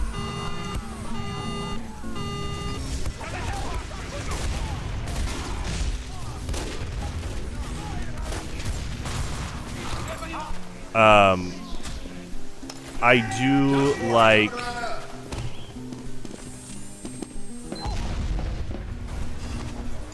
Well, I don't see it a ton right now, but recently we did talk about how, especially in Melee, there's this issue where players are coaching other players, and they're being paid a lot of money, but from what, like Lasagna and other people have told me about some of these coaches, is good kill, by the way, they're basically borderline scamming players, because they're basically charging like what professional like instrument players are charging, around those rates, but they're kind of just telling you like, oh, are you wave dashing?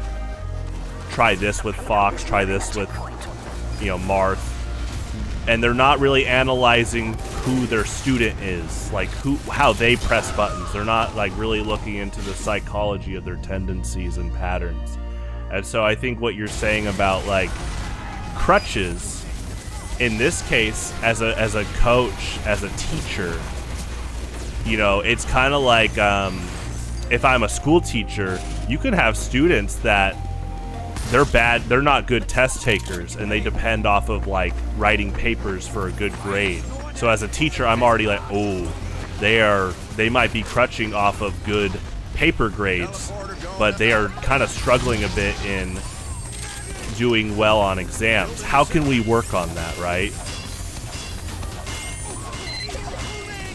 But what they do on their papers, if it's in like, the syllabus, it's like, hey, again, don't hate the player, they're doing well on their papers, that's awesome. But what happens if they take a course where exams are worth way more than papers, which usually they are? Or what if they take a course where there are no papers now? And, I grew up, I knew some people that they depended off of tests the most for a good grade. And, some people would love for more papers to outweigh, like, okay to bad test scores. Anyway, the whole Melee thing is, yeah, unfortunately there are Melee players that are taking advantage that they're doing pretty well with their results. So they're charging people for, quote, lessons, but, in cases, the lessons might just be them telling them about advanced techniques, but not really focusing on, what makes Billy distinct from Jim. And I think that's an important skill to have as a teacher, because we all press buttons differently.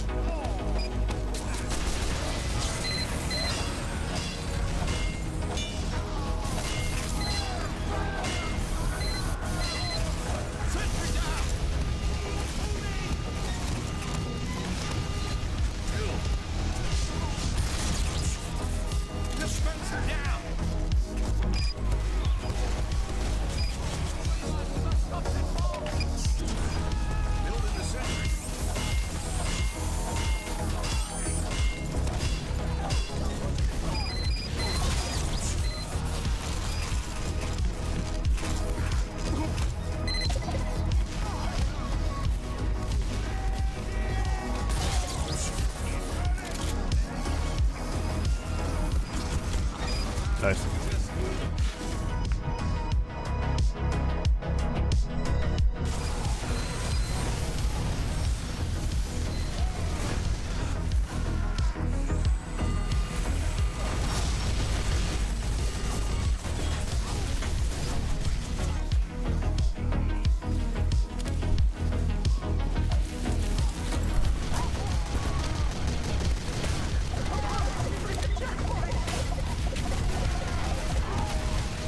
kill.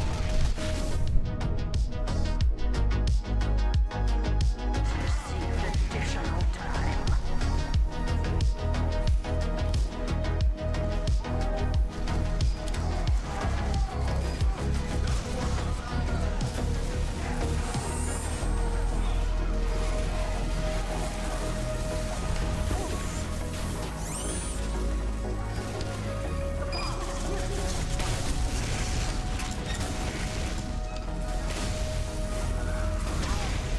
Nice.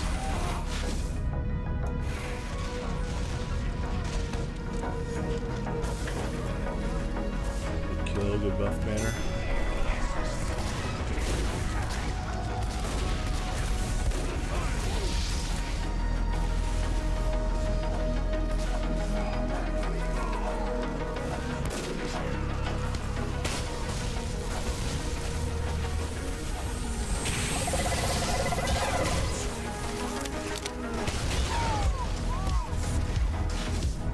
Good kill.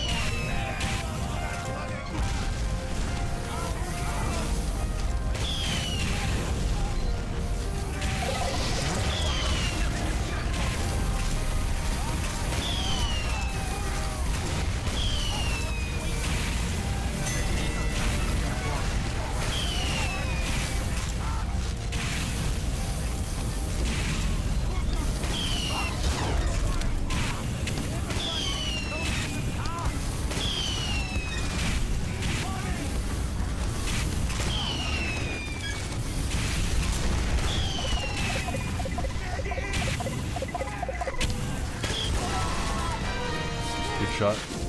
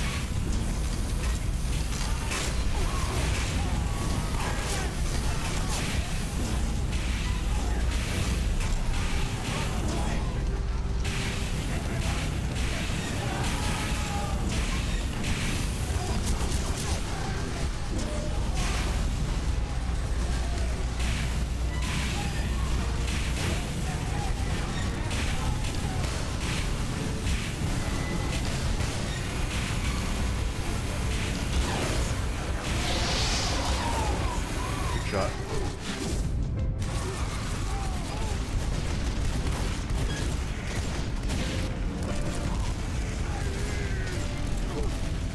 Put dispenser here.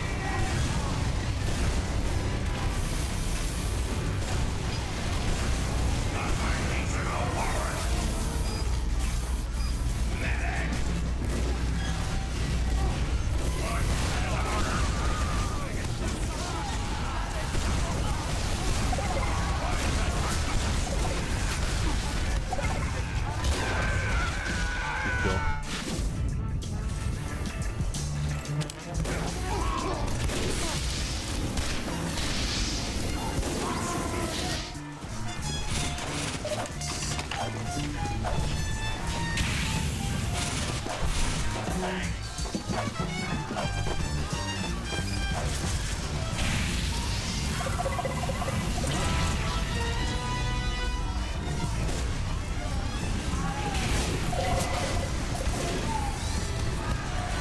kill.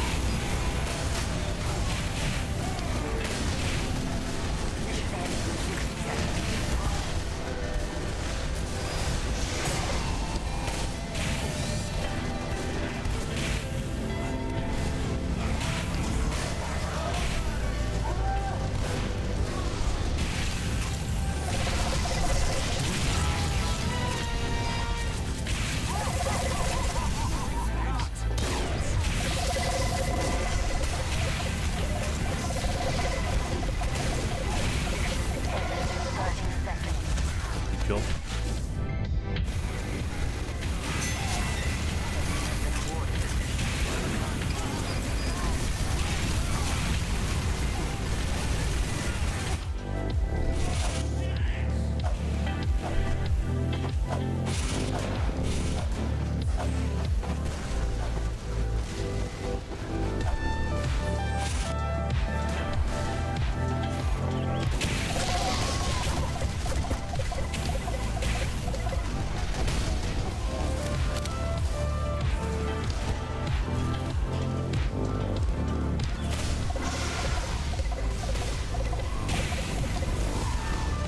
Kill.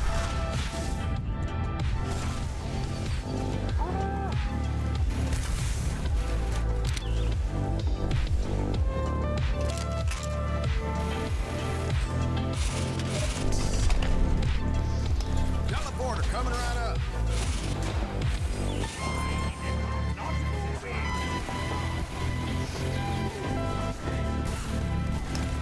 Teleporter going up.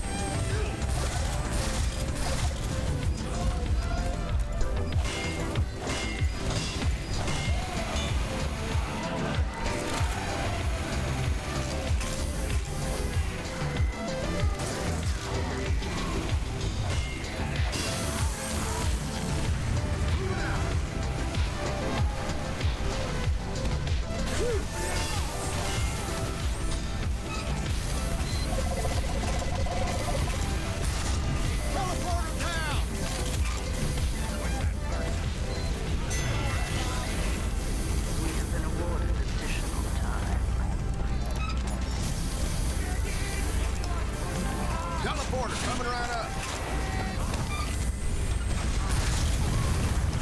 Teleporter coming right up.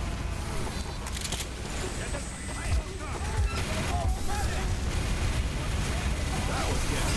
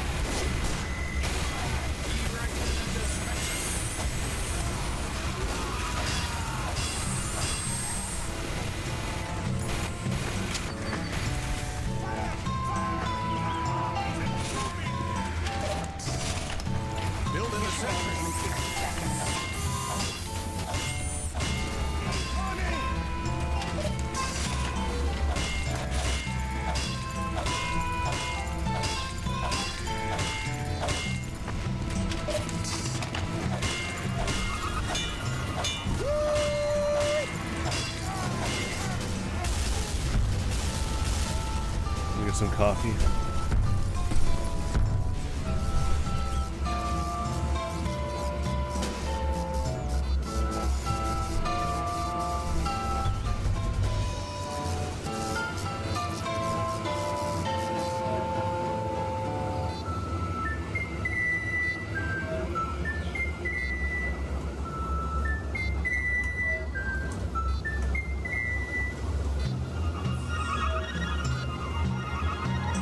I'll be right back.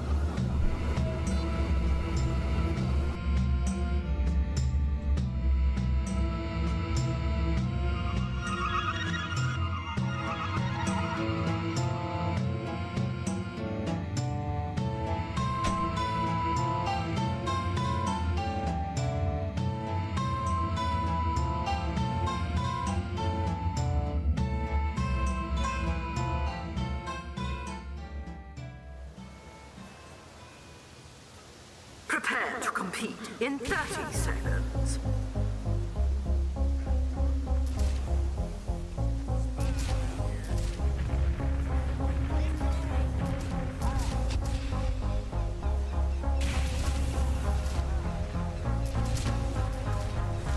Prepare to compete in 10 seconds. 5, 4, 3, 2, 1.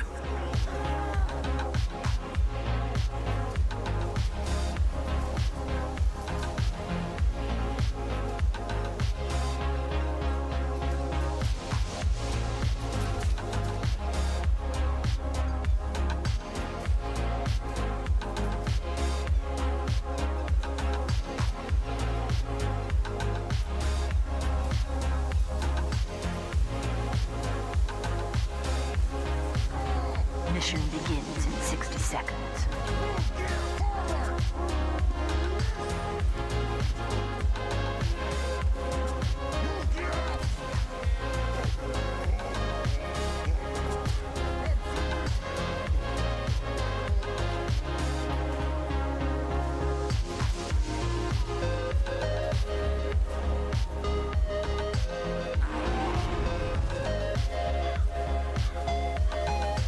Mission begins in 30 seconds. Not something you see every day.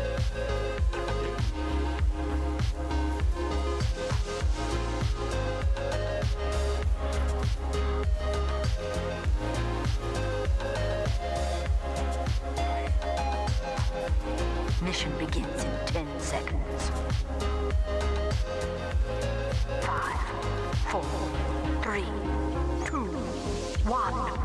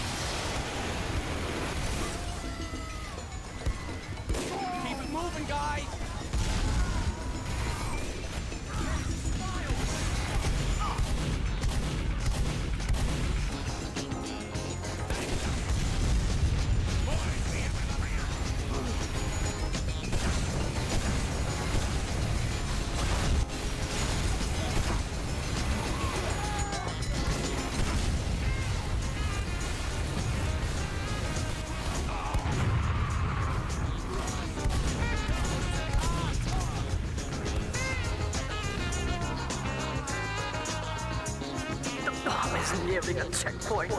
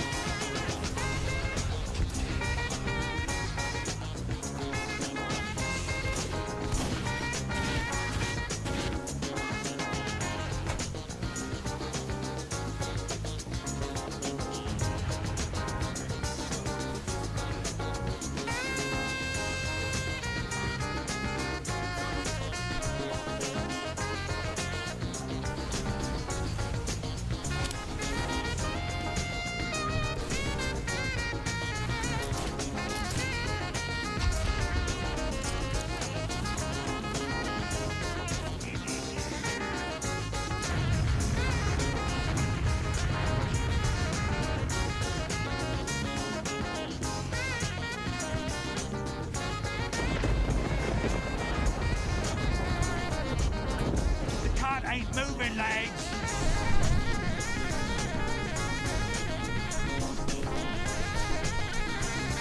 Hola.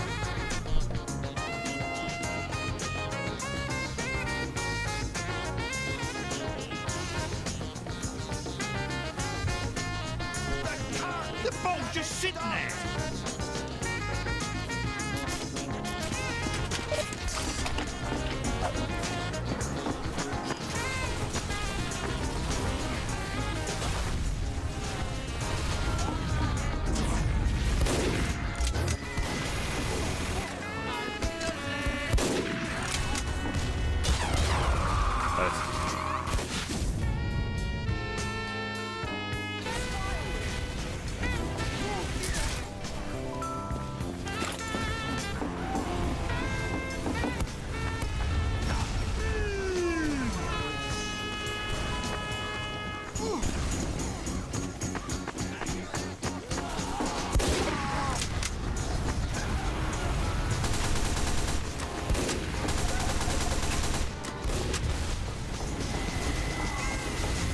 The bomb ain't moving.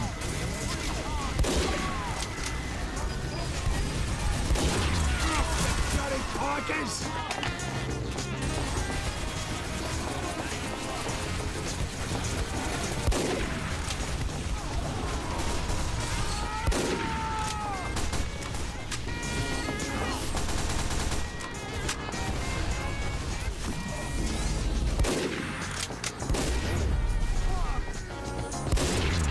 I'm gonna turn you into coloured rain!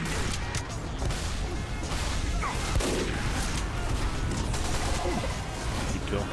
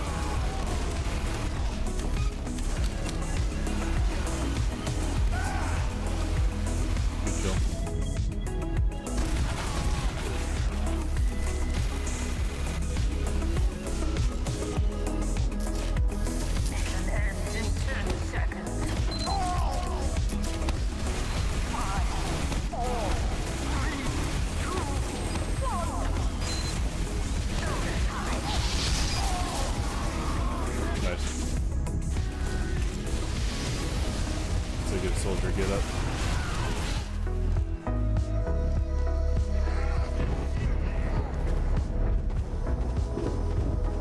You failed.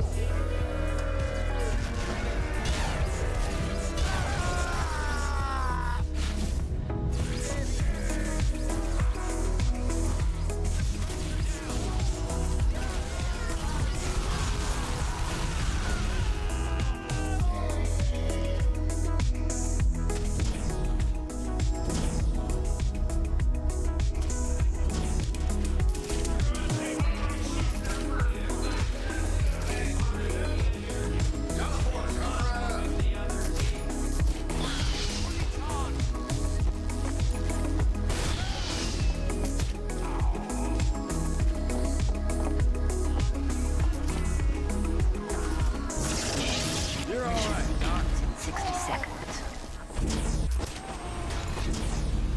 Dispenser going up.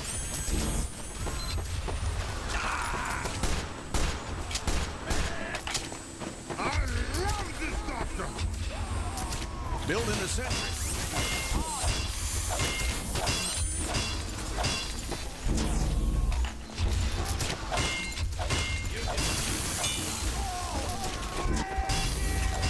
Mission begins in 30 seconds. Medic! Medic! Medic!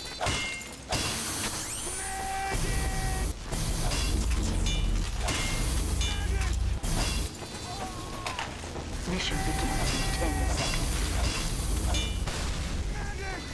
5, 4, 3, 2, 1. Defend our cause.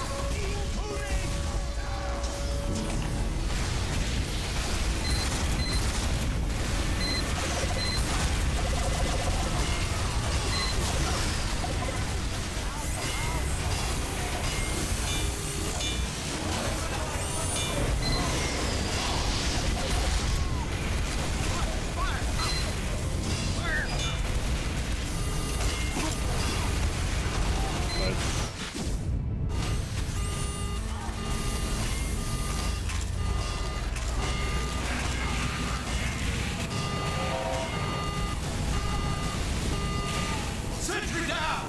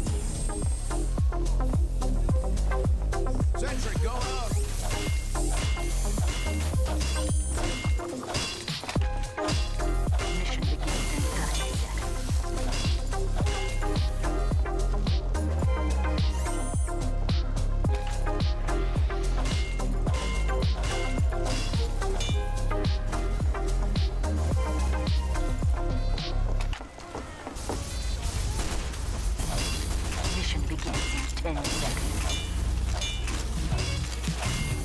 5, 4, 3, 2, 1. Defend our cause.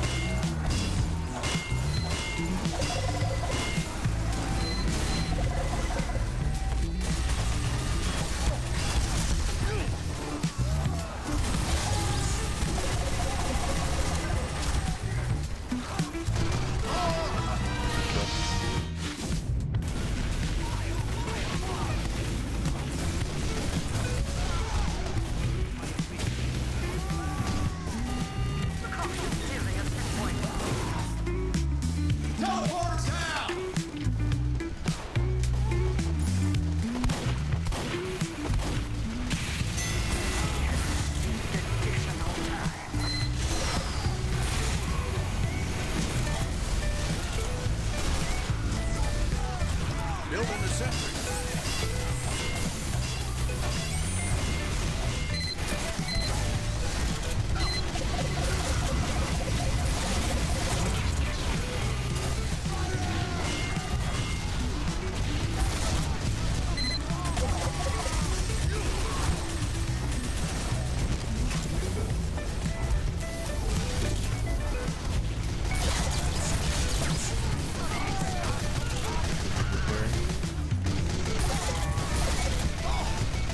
Nice.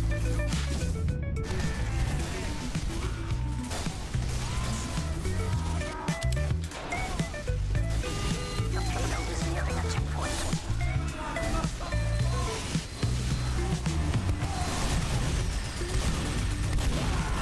Stand next to the bomb!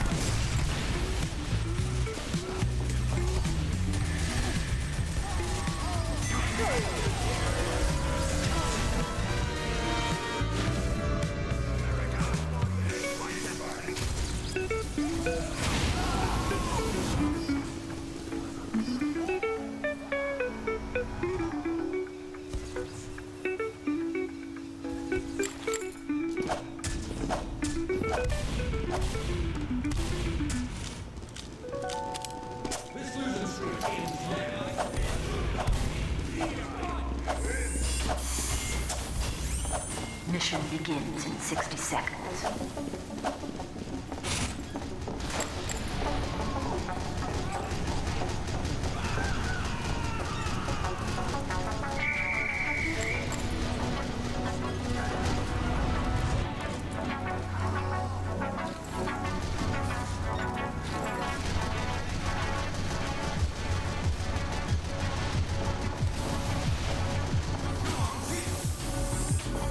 Mission begins in 30 seconds.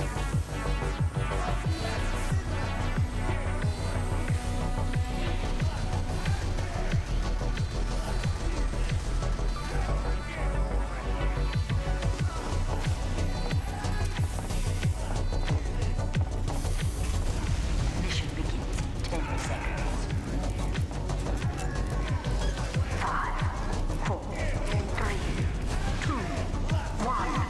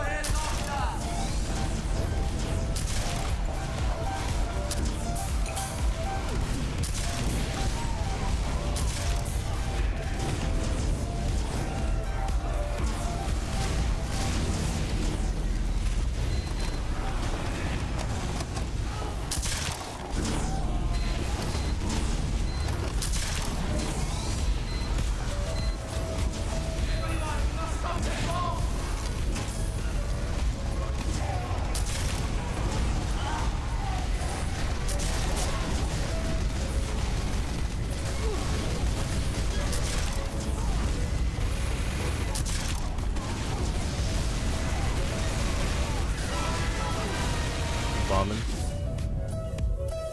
Good kill.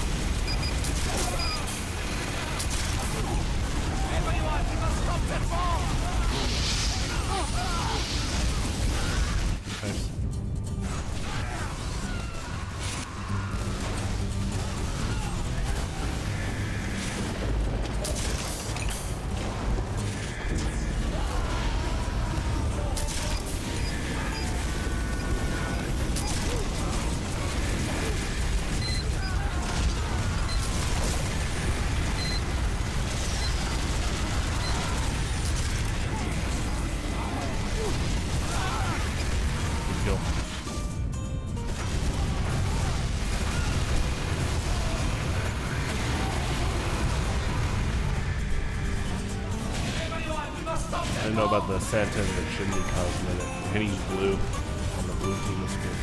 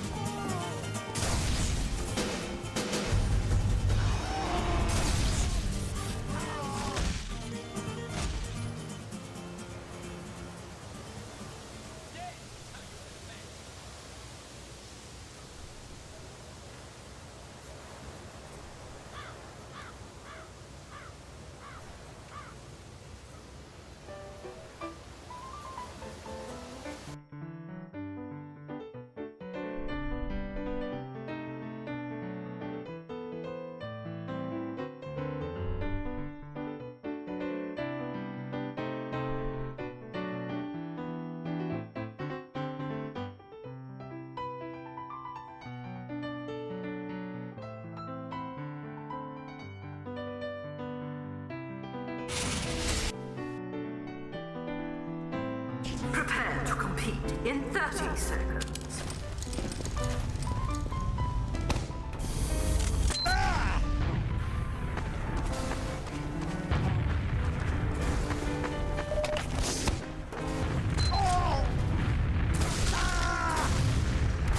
Get ready. 5, 4, 3, 2, 1.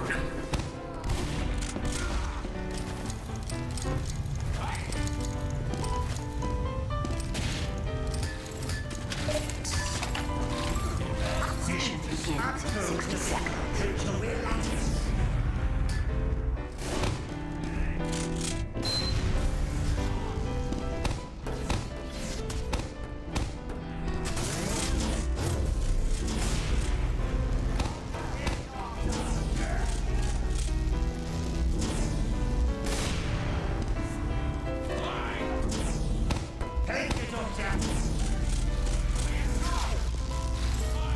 Mission begins in 30 seconds.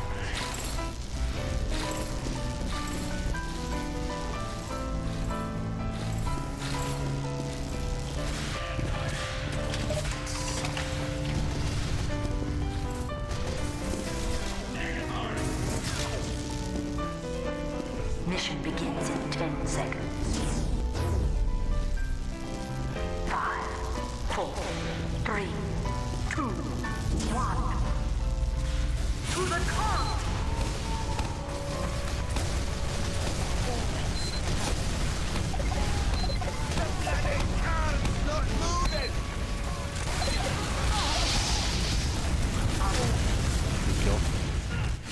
Like a mad private twinkle toes.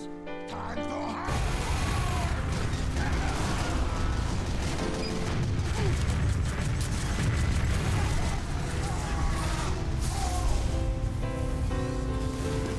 The cart's not moving, lads!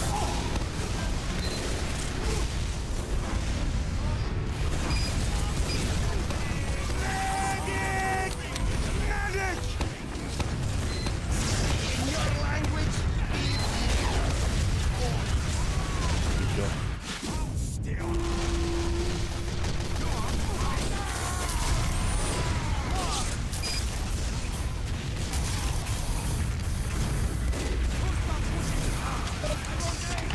The cart!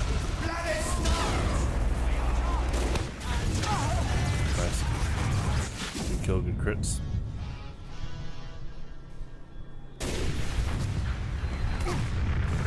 Cart is nearing a checkpoint.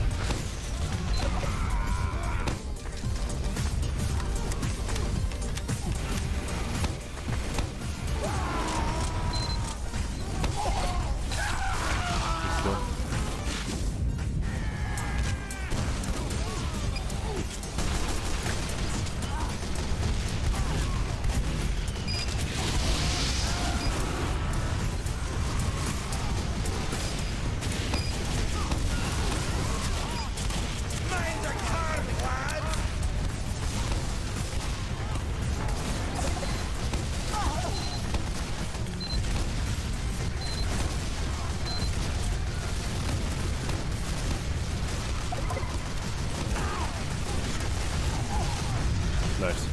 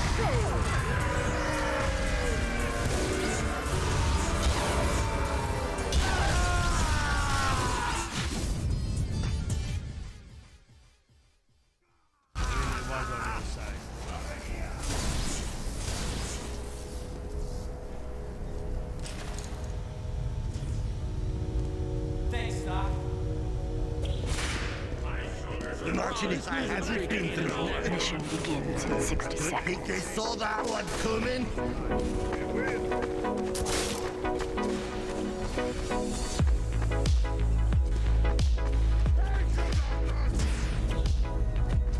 Thanks, Duck.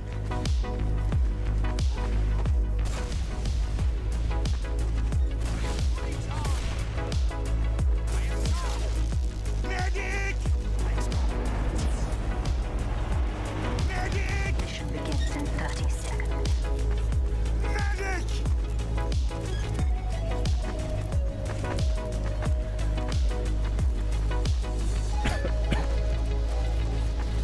Excuse me.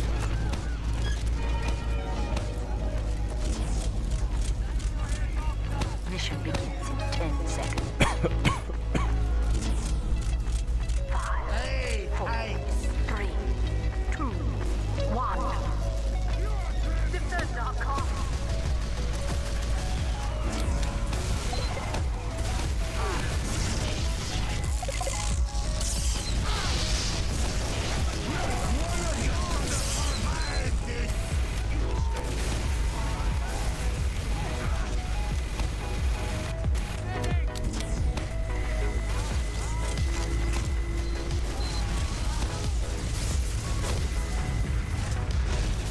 Good kill.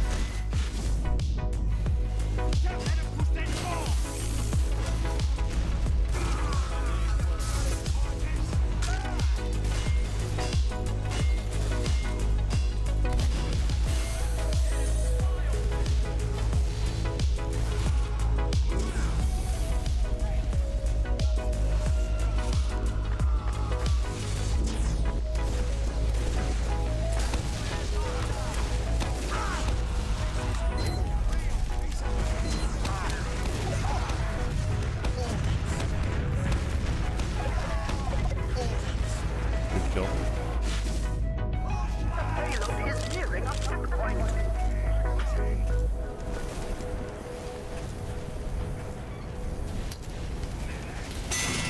Has received additional time.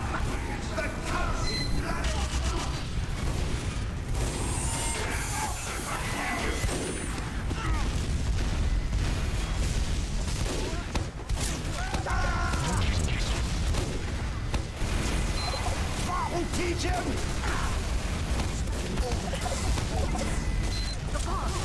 Thanks, mate.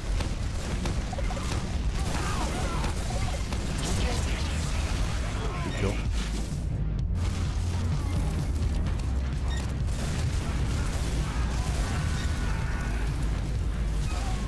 The enemy has received additional time.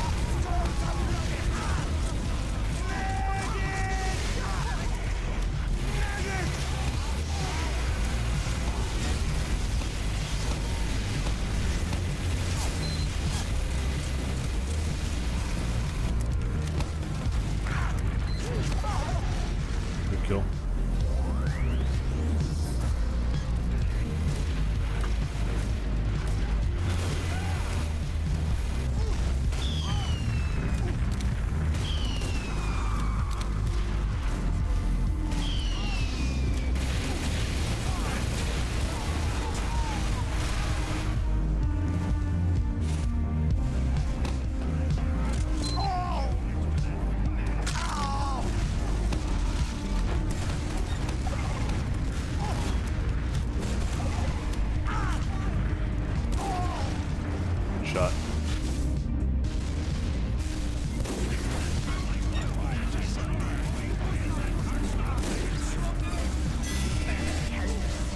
Additional time.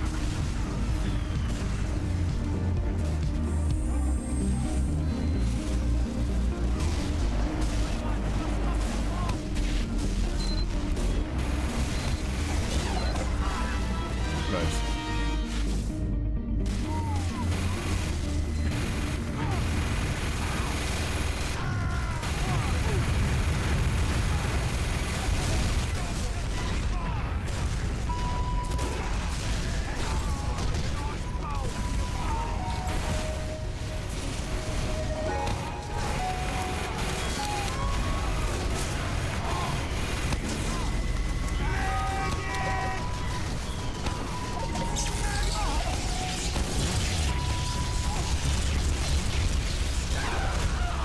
Good kill.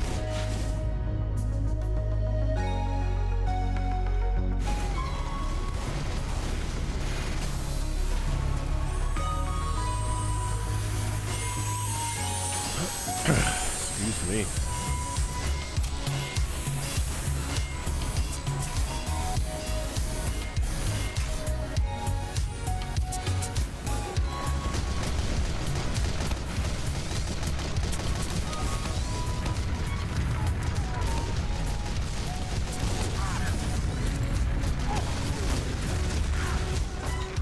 Kill.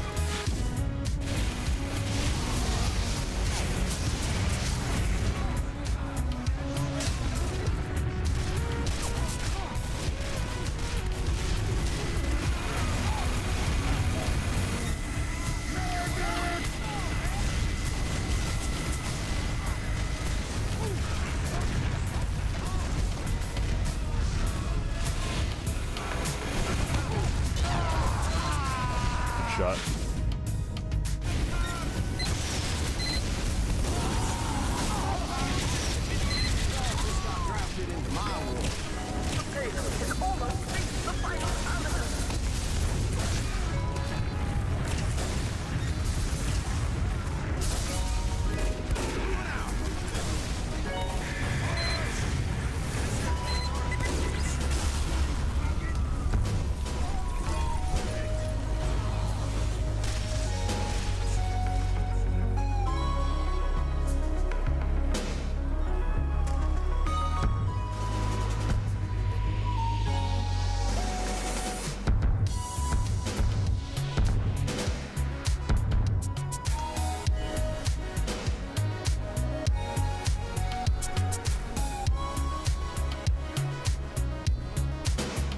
Pardon me.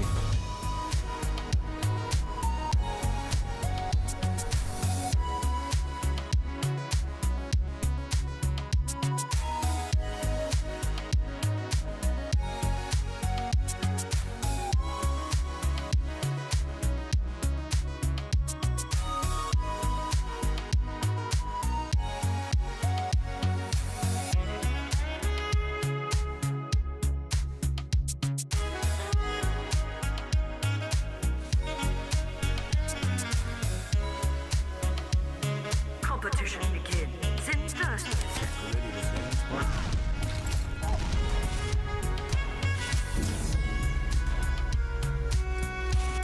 Thank you, Doctor!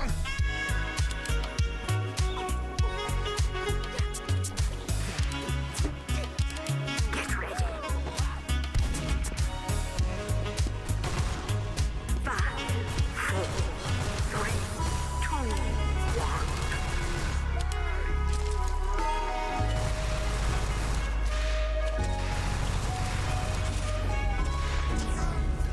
Not a single one of them can lay a proper sticking. See? I told you they were position realized in 60 seconds.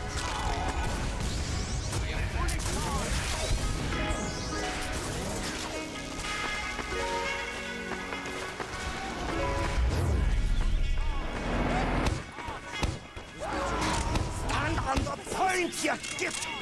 Charlie? Over here. Over here. Charlie? Mission begins in 30 seconds. Hey, hey!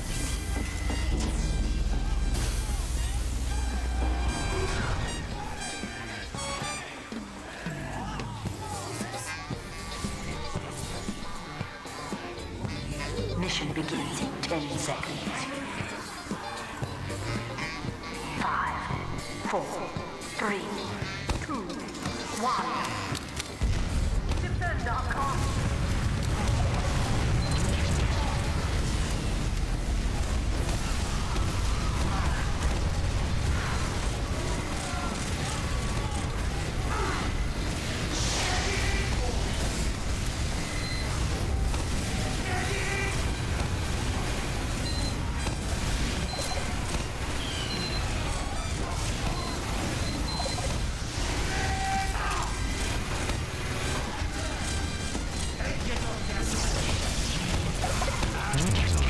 All over you like shingles!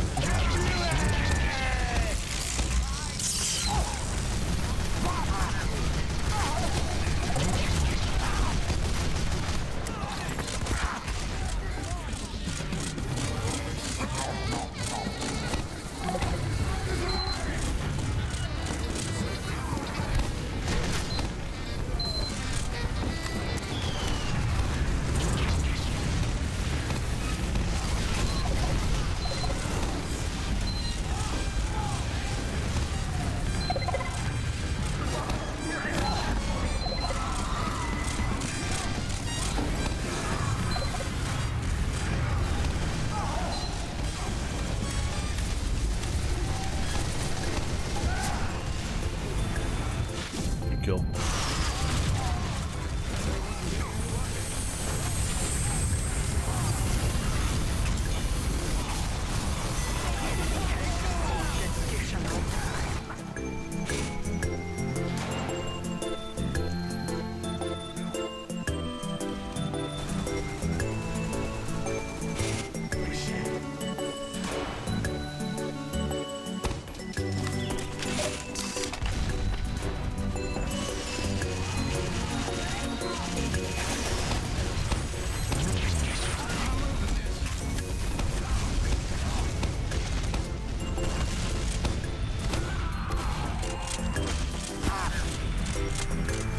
That was a good shot.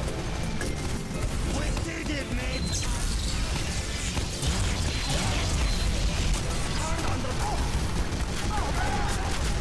Good kill.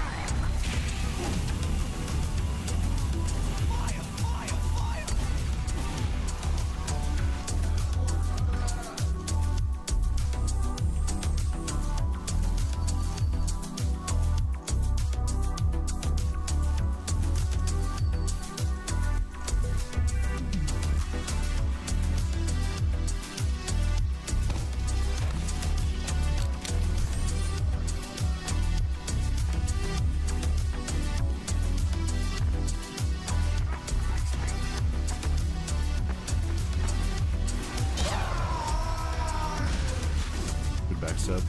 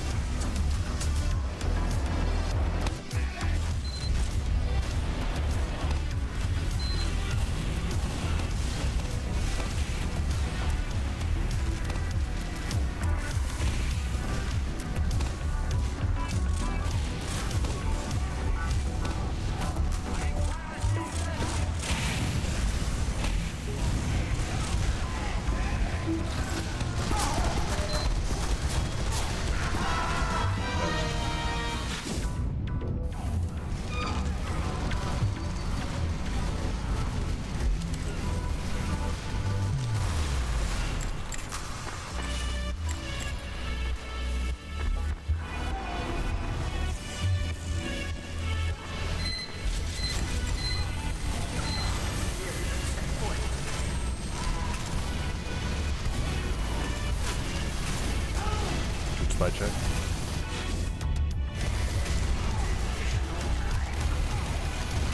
Yeah, I saw them turning around before I dropped too. Looks like the heavy has good spy checking habits.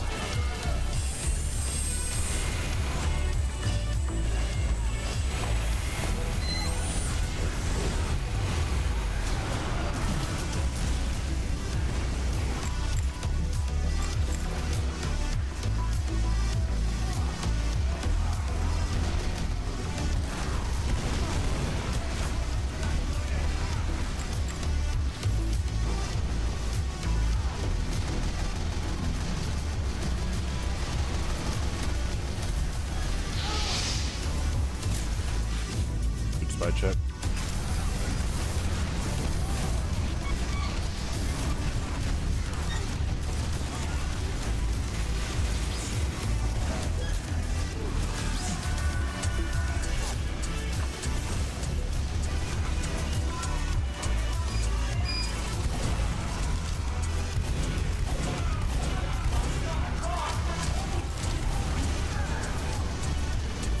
Nice.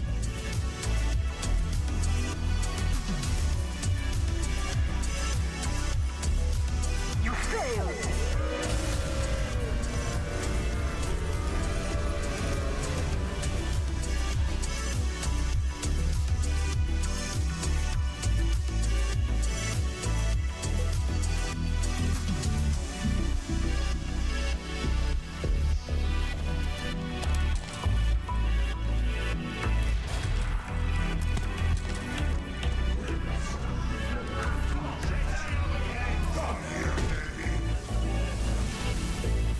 Mission begins in 60 seconds.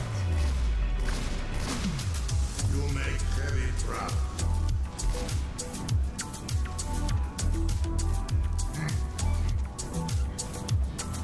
This is nice thing.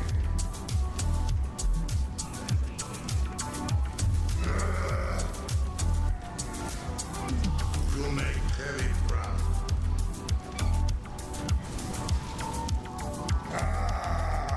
Mission begins in 30 seconds. Oh, that's my God.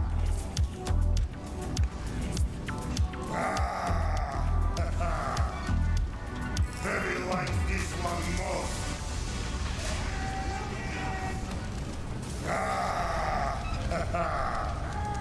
Mission You begins in make heavy 10 trap. seconds. Very good. 3, 2, 1. Get to the car.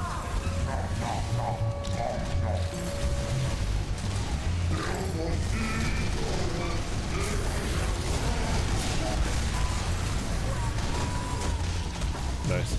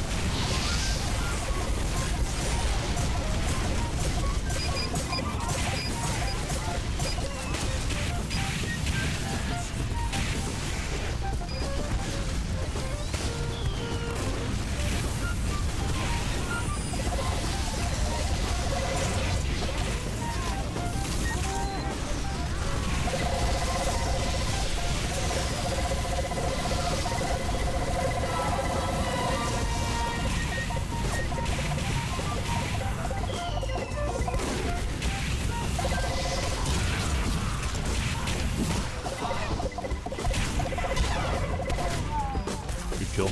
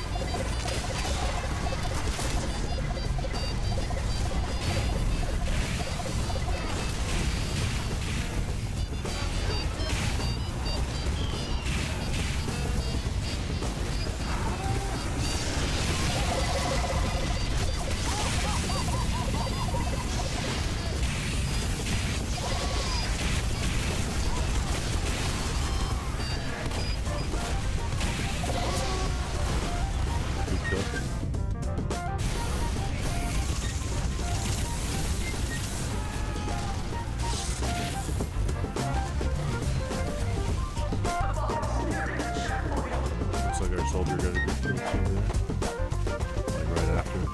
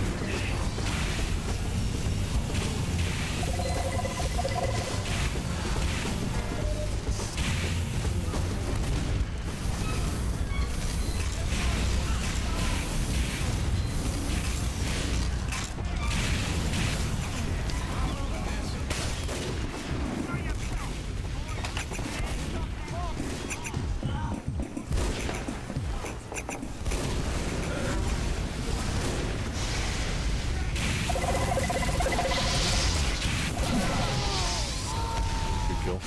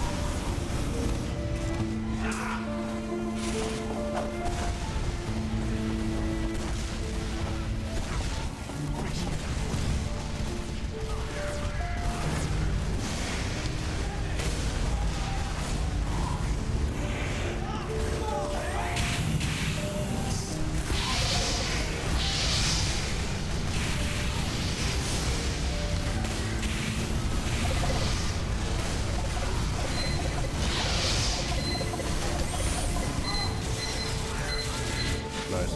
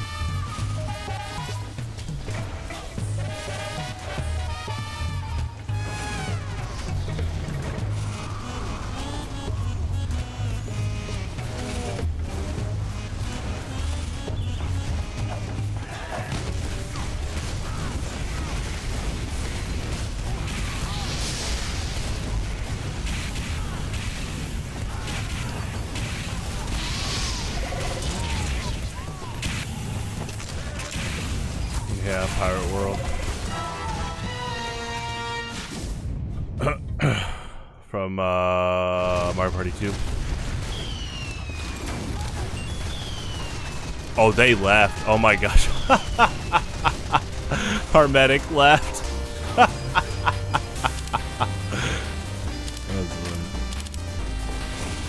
They said I give up. They just alright.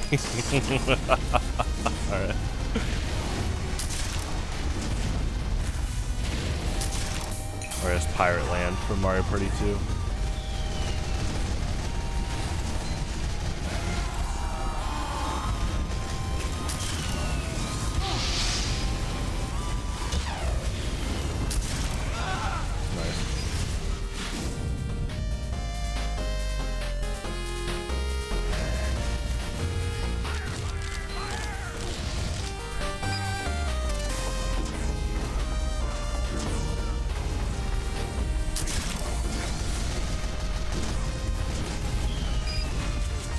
Ripley's Believe It or Not in Branson? Yeah, they're still kicking. Well, Cameron, I got some data. I found out Zoralink can dive jump to Ice Cavern during the child timeline. I found out that Deku Link can water hop on the Morpha platforms and grab them. Also, Deku Link can hop to Morpha's boss room. Good kill. And yeah, Zoralink can dive hop there. There's a few other things I was learning today, but it's pretty fun. There's definitely a lot of fun shortcuts.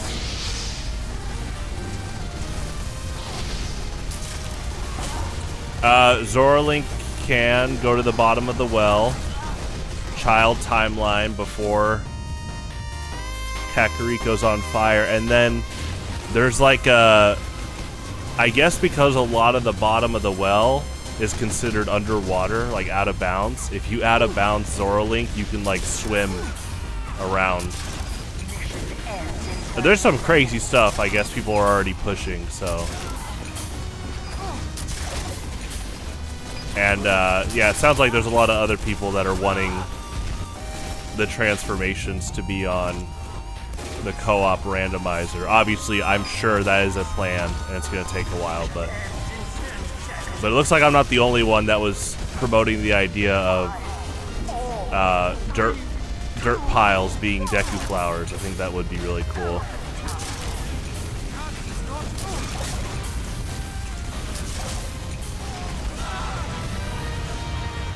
Good kill.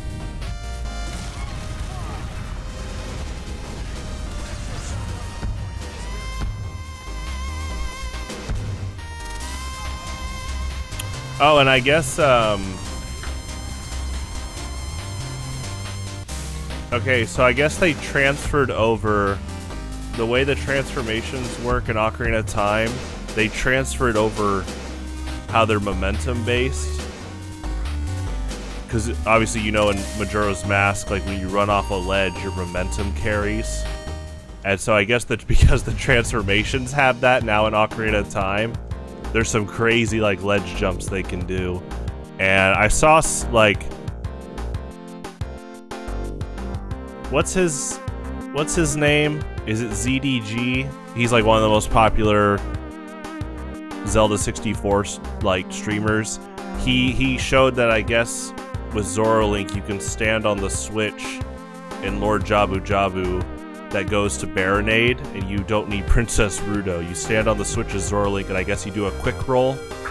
And then with Zora Link, you can use the boomerangs to hit the boomerang puzzle, and then you can walk right into Baronade because you don't need a boss key. I was like, wow, that's pretty good. Logic, yeah.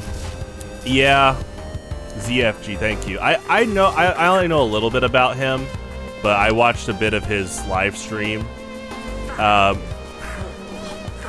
And he was showing, he was testing a bunch of stuff, including that. And obviously, I guess the developer was in the chat room, so I think the developer was getting like live feedback. It looks like a lot of other people are similar, where they're like, you know, let's see if we can, like, it'd be cool if, like, if Magic Bubble was like the slingshot coding-wise, because it's not exactly that. He tested Magic Bubble on Goma, and it did not stun Goma. But then Zoro Boomerangs did a ton of damage. And I guess Zoro Boomerangs like drag in Morpha, or like Zora Boomerangs drag Morpha towards you, which is really cool. What are some other big finds he did?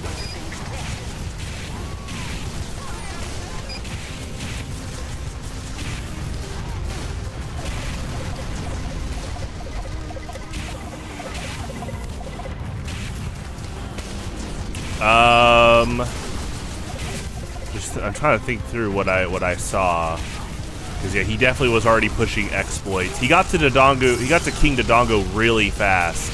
He skipped most of the dungeon. Oh, okay, you know this spot. The right side of Dodongo's cavern in the lobby, he did the like Zoro Link bomb jump and hopped to the very right side. So he did the whole like shield ledge jump. I could tell he knows his like 64 Zeldas. He was already combining the aspects of both games, so. Oh, you can do it as Child Link, but it's frame perfect. Oh, that's cool. Wow. Okay, so it probably was just like, he probably had a few more frames of Zora Link then.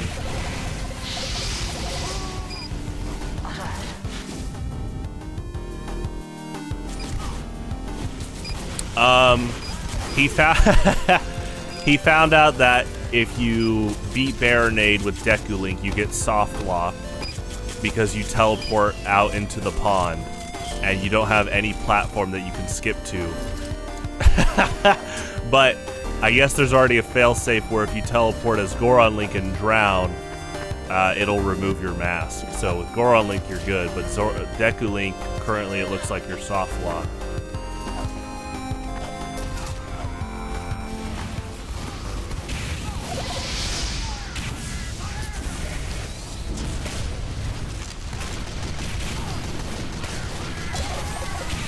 They're not all fully coded too, which obviously, yeah, it basically is like a beta. So for example, he tested it. Goron Link actually gets attacked by redeads. And it looks like people in the live stream chat were like, what's going on? You know, because that, you know, redeads aren't supposed to grab onto Goron Link. So obviously that's going to take probably a little bit. And then he... Okay, I didn't know that Goron Link can pick up silver rocks. I think it's just because throughout my Majora's Mask playthroughs, I used other things. So I saw like a new animation and sound clip with Goron Link picking up a silver rock. And I wasn't the only one, I guess. In the chat, people were like, I've never heard this sound before. Or seen Goron Link do that, which was really cool. Good kill.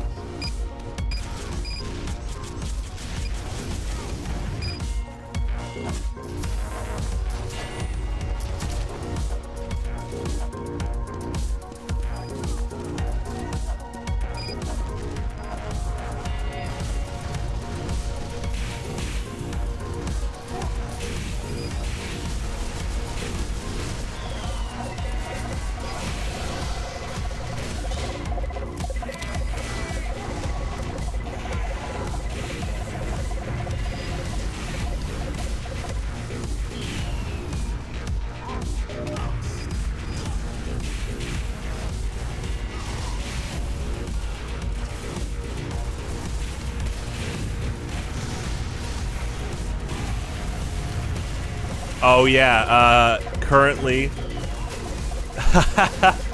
Okay, he tested this too.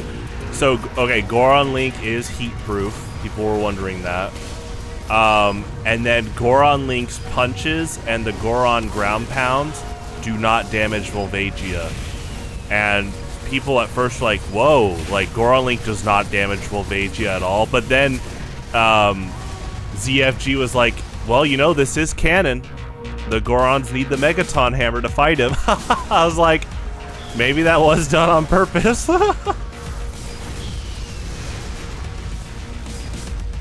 Yeah, I was about to say, my brain was like, did I miss a silver rock in Majora's Mask? I was like, I've never seen that. So I was like, did I miss something? I was like, was I just blowing up all the rare silver rocks? The self-gaslight. Okay, so they added that. Gotcha.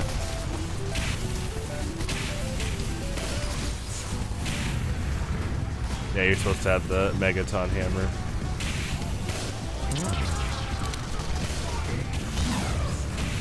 But it looked like a lot of fun, and this community's bigger than I thought. Because, you know, I'm not in those Discords, and I saw his chat. I assume he's one of like the most public front runners for Ocarina of Time and Majora's Mask right now in terms of like runs and stuff, mods. But there was a lot of people in the chat saying I can't wait for co-op randomizer to get this. So I was like, oh, that's cool that there's a lot of people that look like they play co-op randomizer, which is awesome.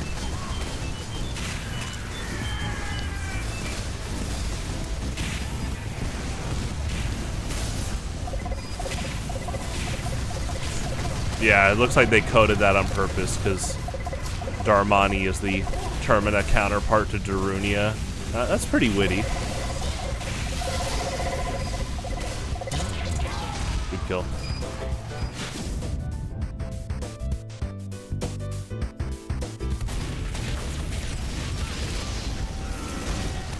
Oh yeah, get eaten by Volvagia in the remake? Let's hope not.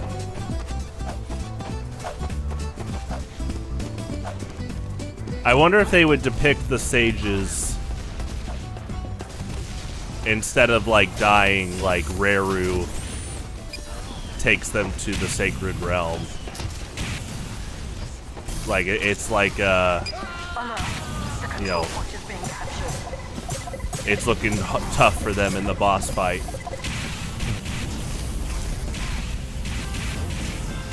But you think they're gonna remake Ocarina of Time soon? I mean, a lot of people want Ocarina of Time Majora's Mask remade. I would love to play remakes.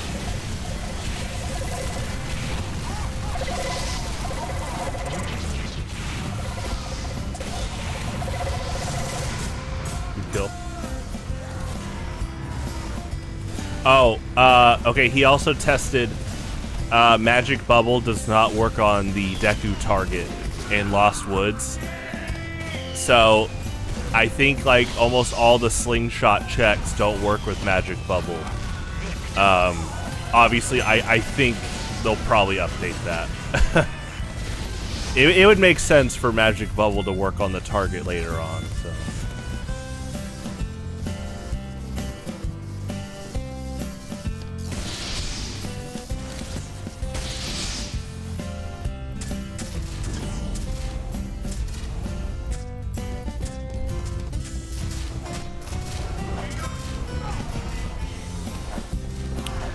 I like the cutscenes overall, but man, there's a lot of, I mean, we talked about this yesterday during our run. There's a lot of stuff in the background that I don't, you know, some people don't even know much about when it comes to how dark the game is. And, you know, like you pointed out, like a lot of people miss the dying night, which is really tragic and sad. Man, I would love for them just to make a Zelda anime and depict like every Zelda game as its own like anime season at least. That'd be really cool. Man, a Zelda anime would be insane. Good kill.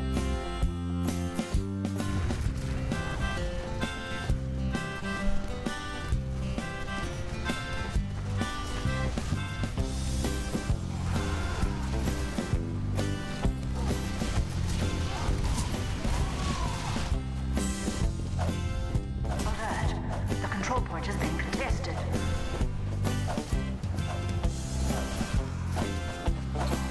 Yeah, I guess the properties of, well, I'd have to look at Magic Bubble. It's,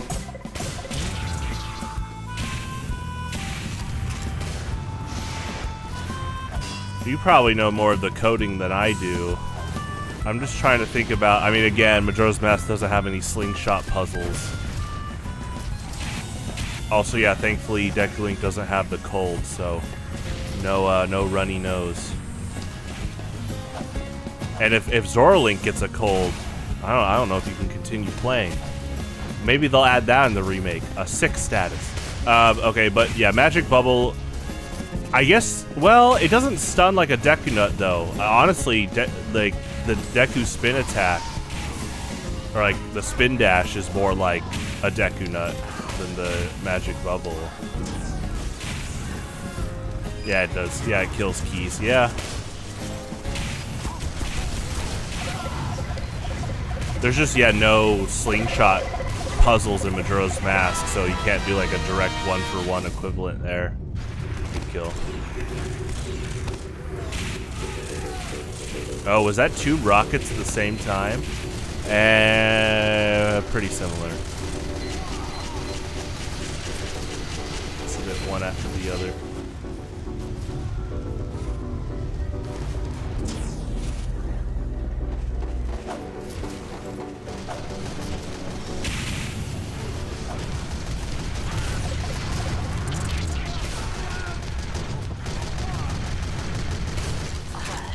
Our control point is being captured.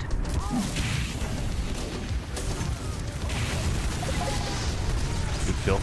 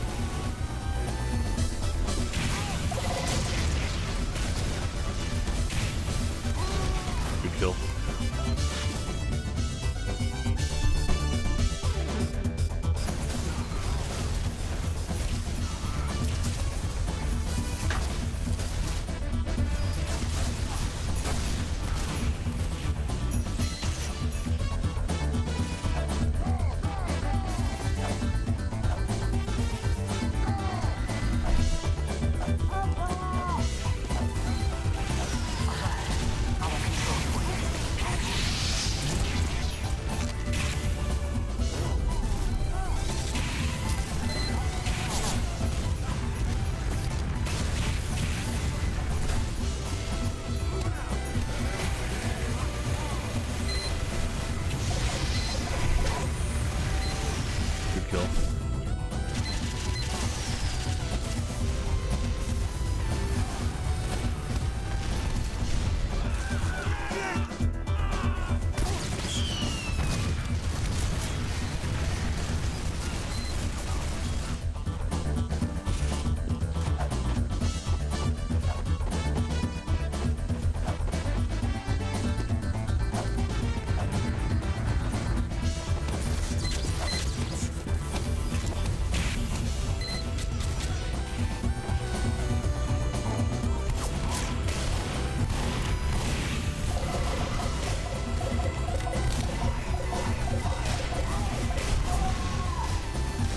Good shot.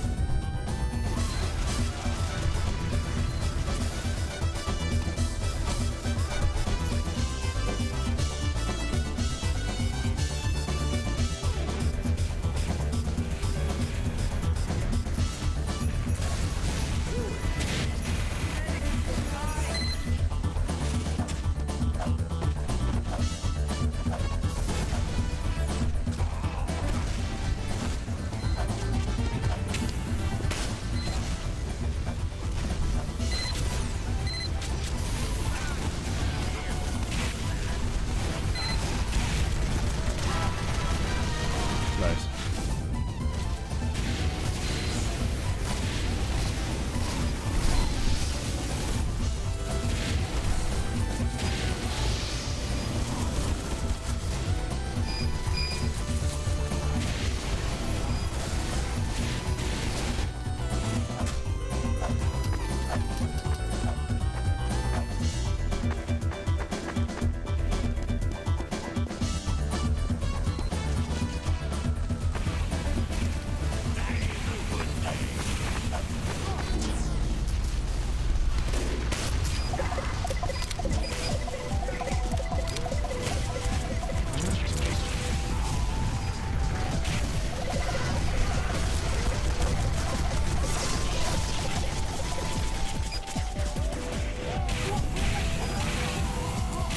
Backstab by our spy.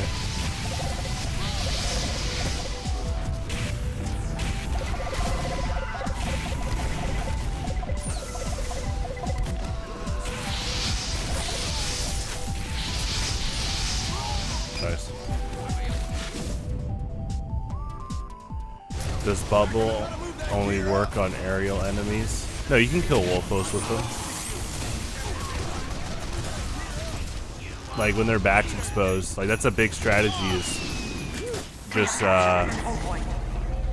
spin dash and then bubble their back for like an instant kill.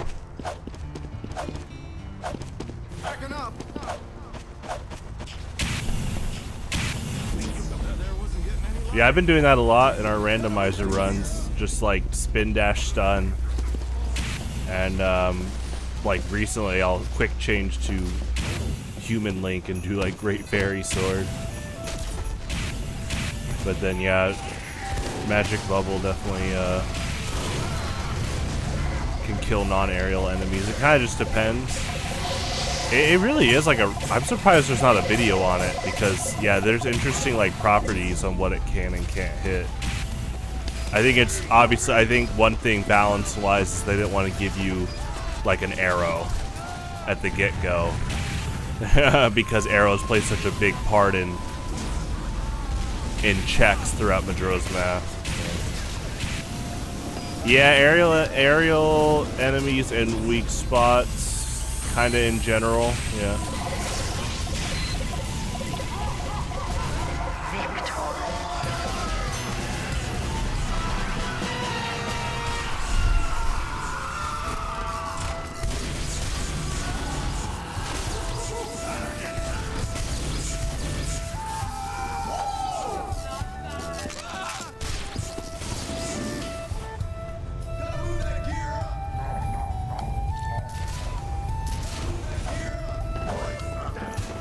See, I think what would be cool, another reason they should make a third 64 Zelda, is imagine if you start with all your transformations and they too get upgrades, like Great Fairy-like upgrades throughout the new game.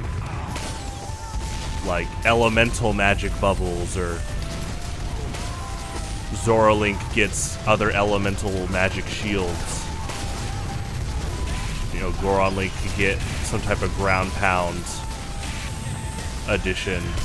I think there's so many possibilities for like Great Fairy upgrades alone to the transformations like movesets.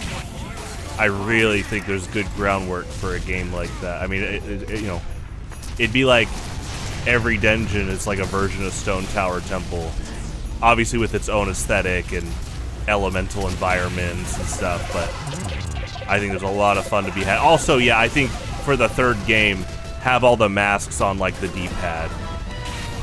Like, they're gonna play such a major role in puzzles and traversing that I think Nintendo could put them on a D-pad instead of the C buttons. Or I guess whatever the equivalent of C buttons will be. It'd probably be like buttons.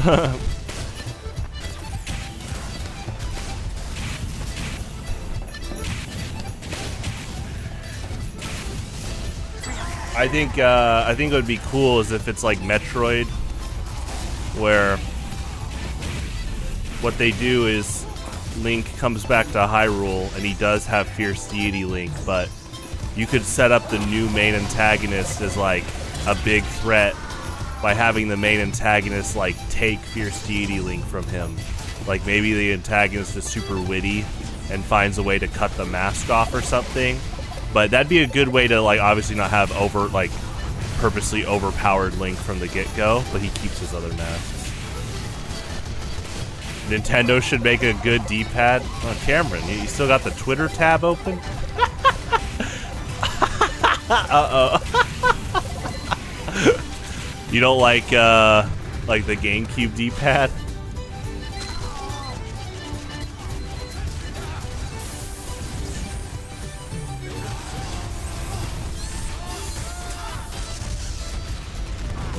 Good kill.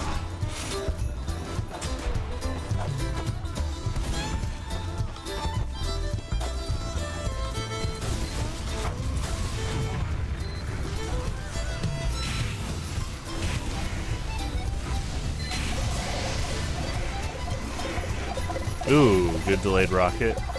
You don't.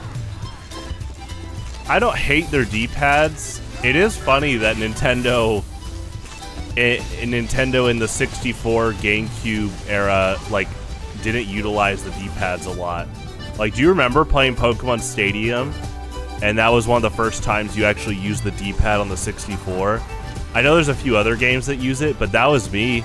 I never used the 64 D-pad. Like, I couldn't until I played Stadium. And I was like, oh, you use this.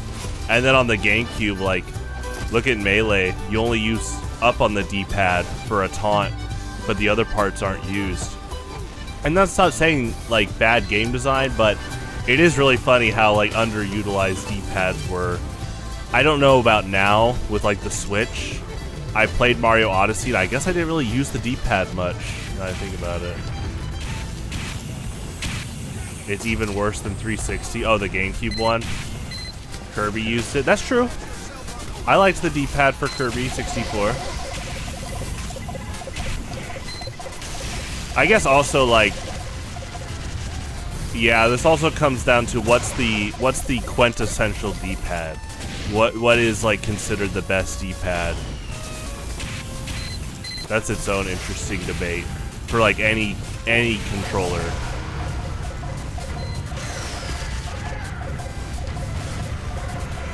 Ooh, nice.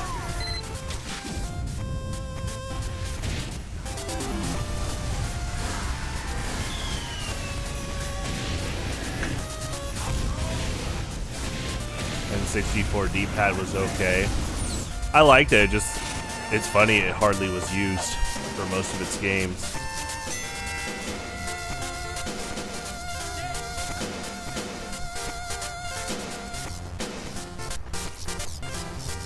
Spire fans play Slay the Spire. I've been getting that more often. My username's almost 20 years old, and it's funny how it's starting to get pretty evened out of people recognizing my username for Metroid, but then some people thinking it's Slay the Spire. I'm gonna get some coffee real quick.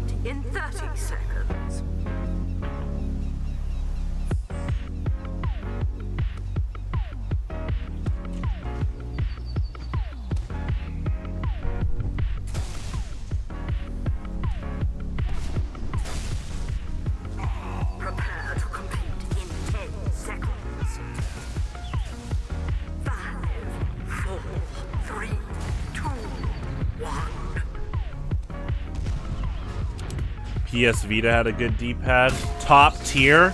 Well, then I hate it. Just kidding. I believe that it probably had a really good one. Unfortunately, PS Vita wasn't super popular despite being a really strong portable at the time, but I know Sony was really pushing fighting games on that, so I assume you've probably tried like a fighting game with its D-pad. They put Ultimate Marvel vs. Capcom 3 on it, so that'd be cool to try with that D-pad. I do think a nice sturdy D-pad is really good for a portable, just because analog sticks are known to break faster on average, and if you break an analog stick on a portable, yeah, that's pretty tough to replace compared to a controller.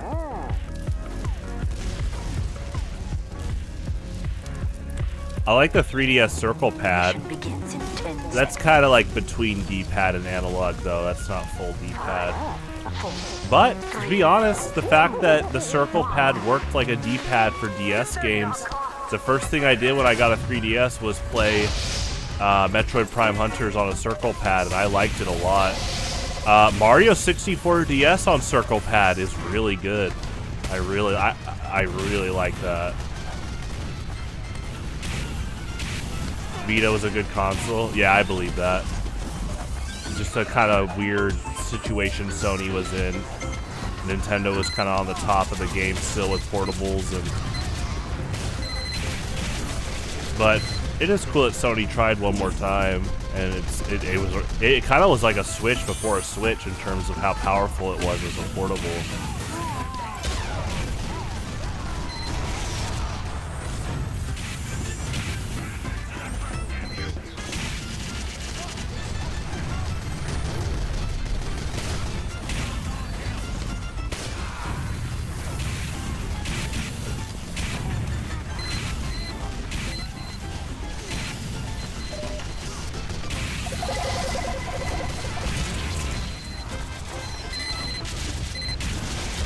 Oh, nice.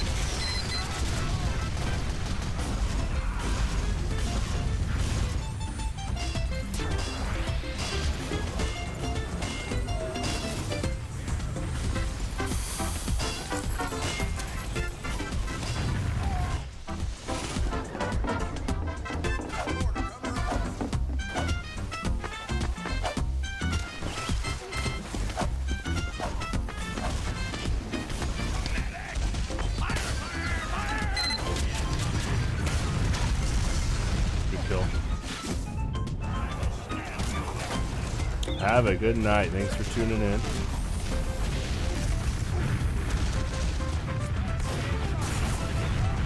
Have a good week.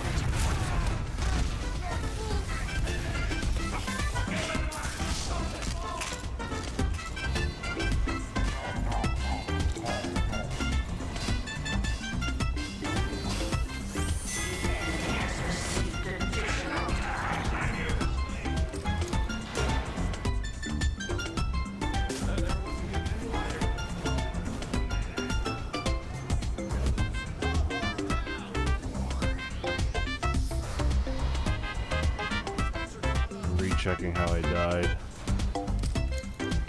Someone asked.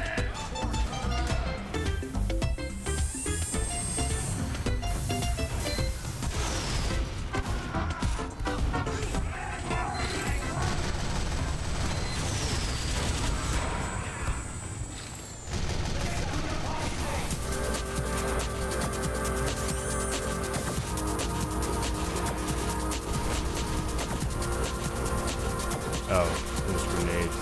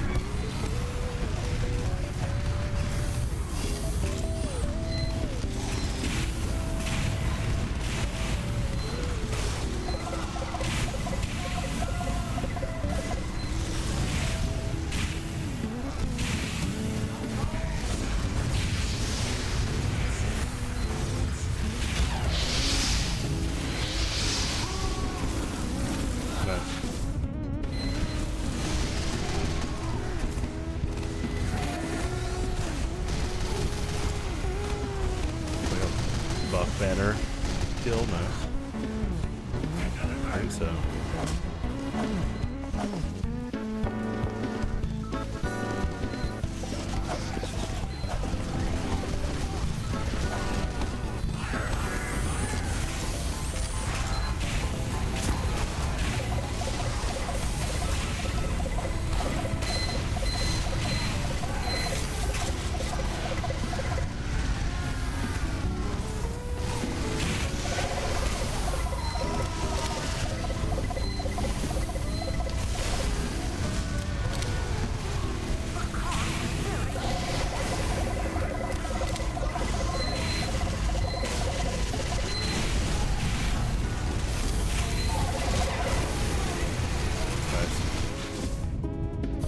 That's a good heavy gun.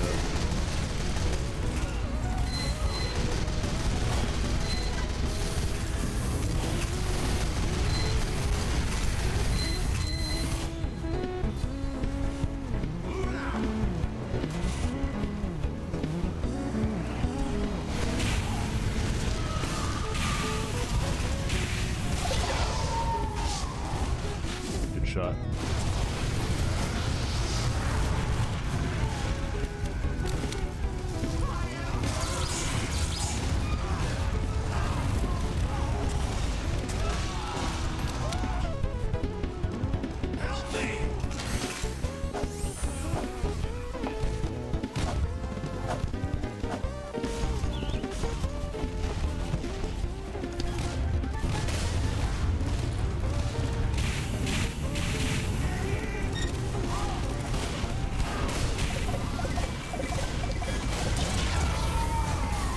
Kill.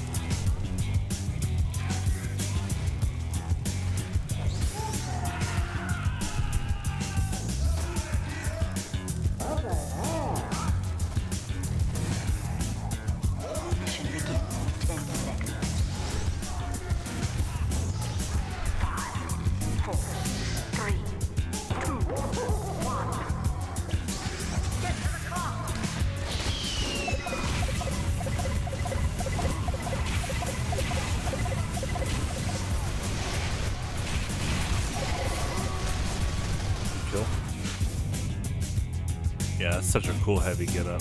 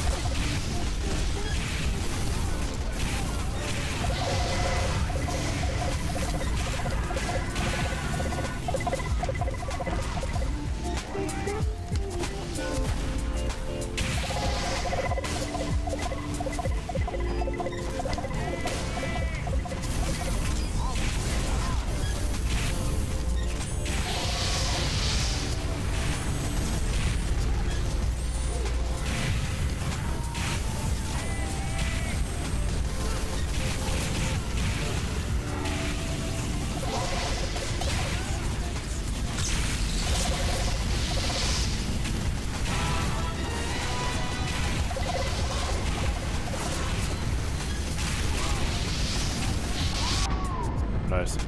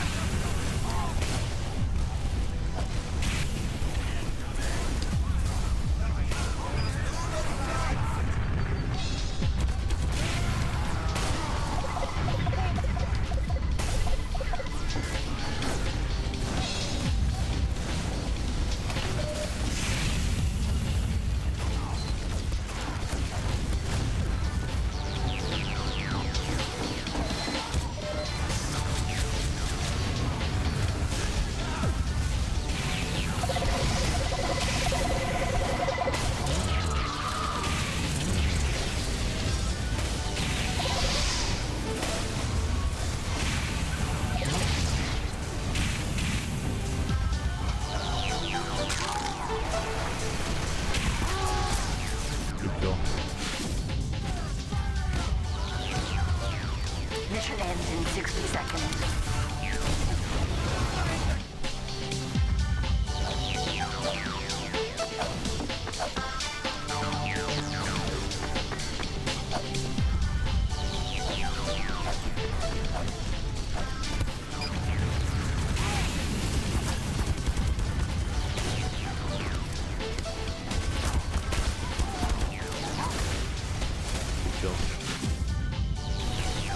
Oh, I didn't know a dropped flare gun could roll downstairs like that. That was cool.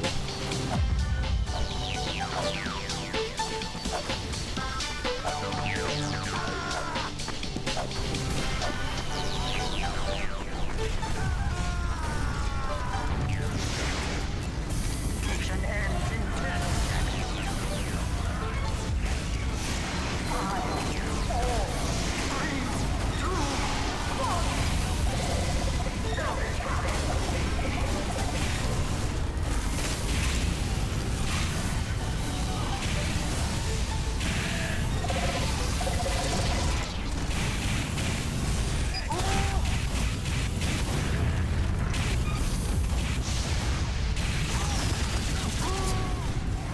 Cool.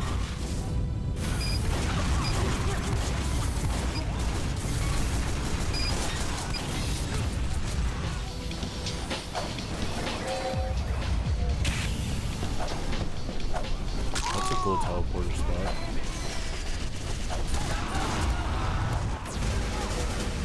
I see the vision trying to shield dash to the cart there.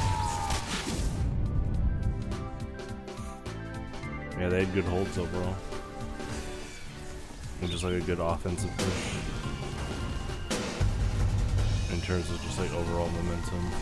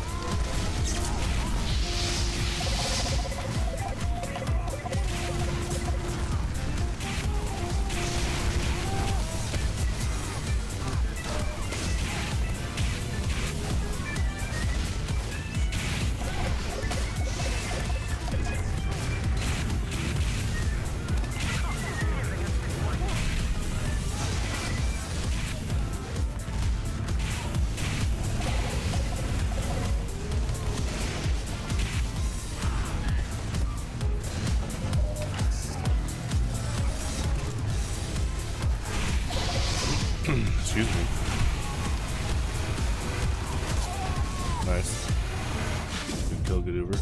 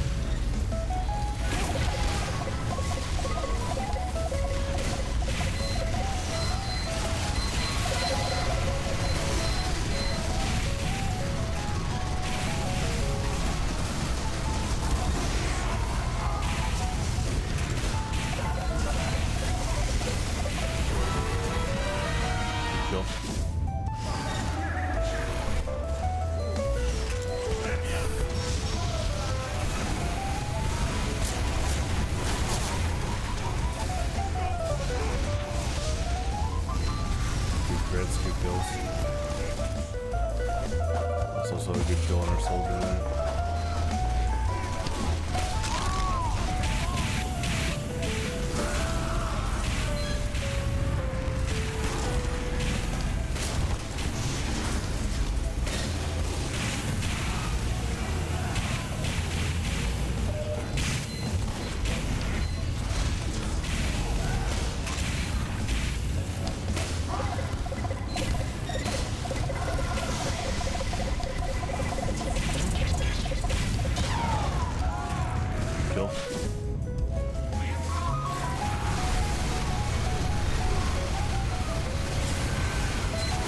Stab. We kill on our spy, good cut.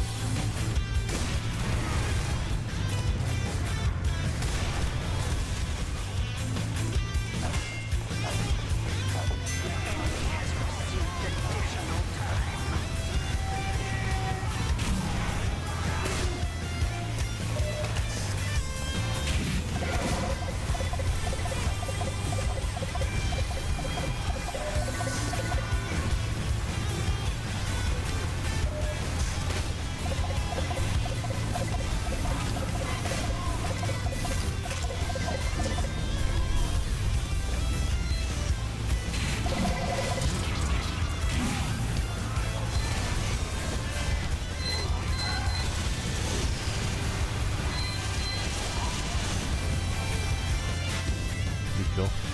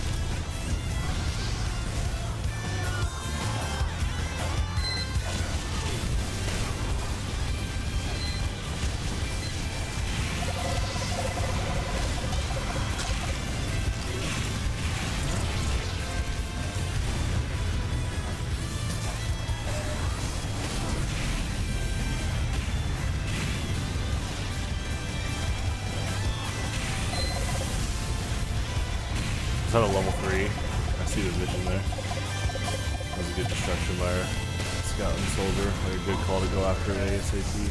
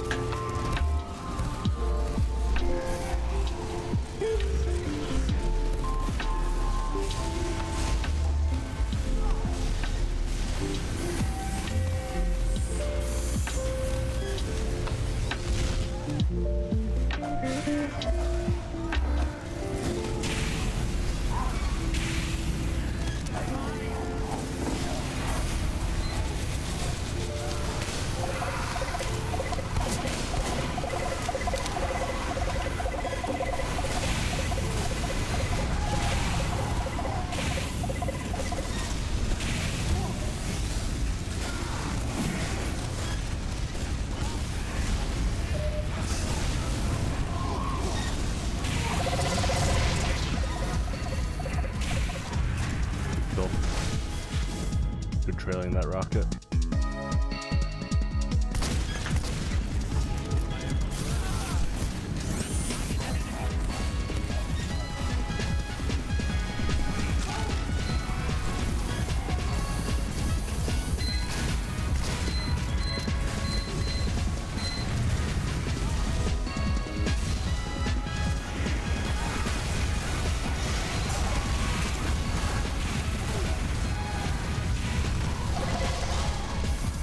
Kill.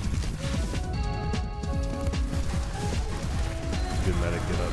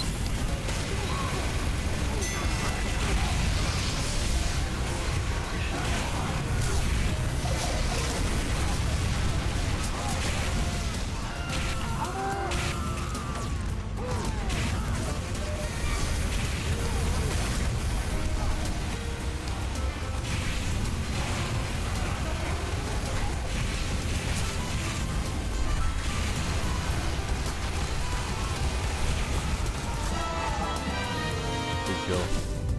I love that sentry spot.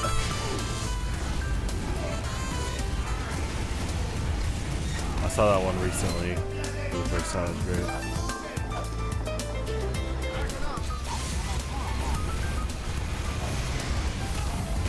Definitely taking note.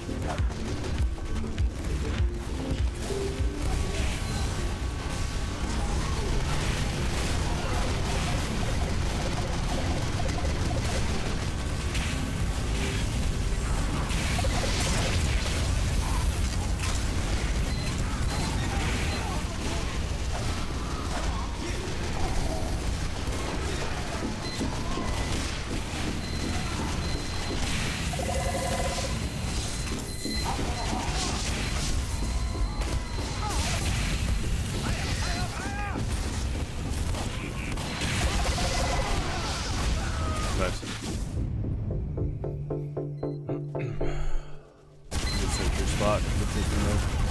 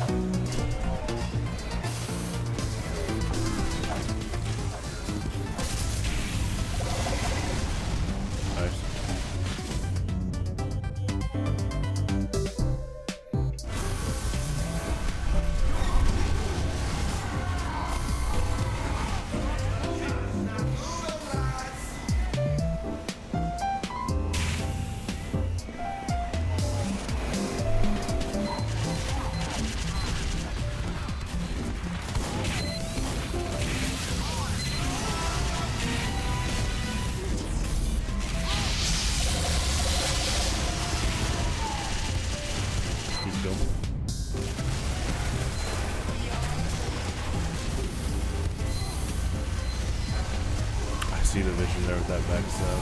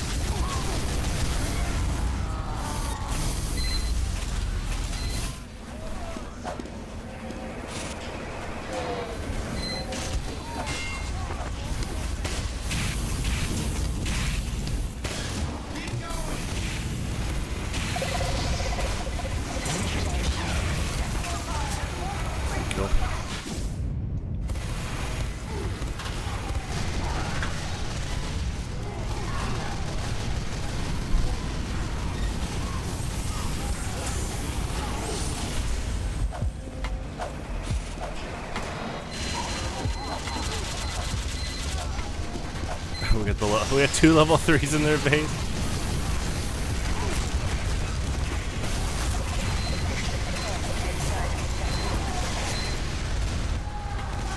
Cool.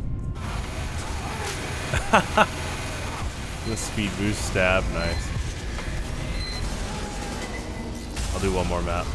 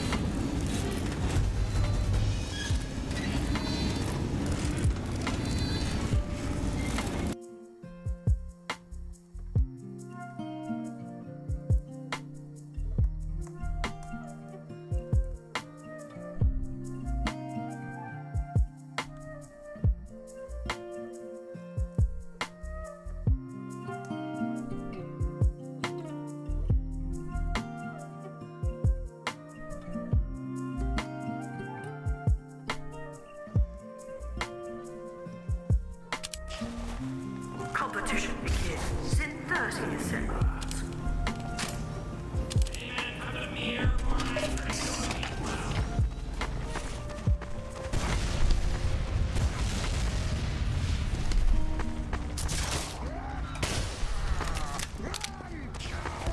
Get ready! 5, 4, 3, 2, 1.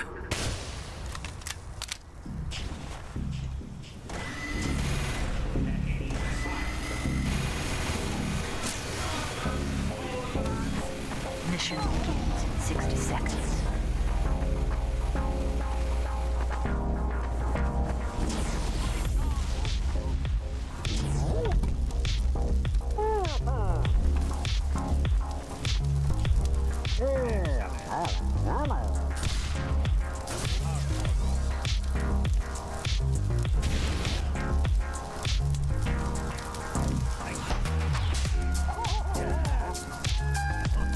Mission begins.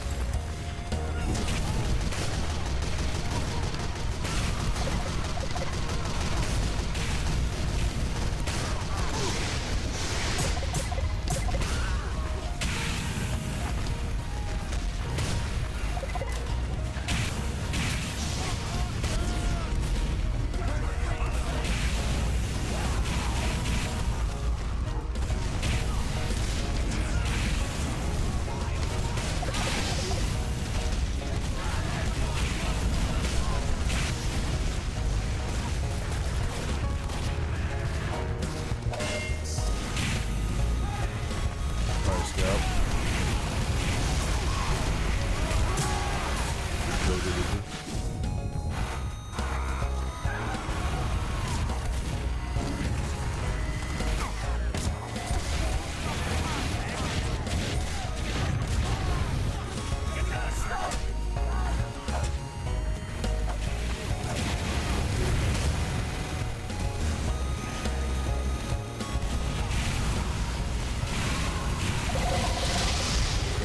Nice. It's a good pyro, get it.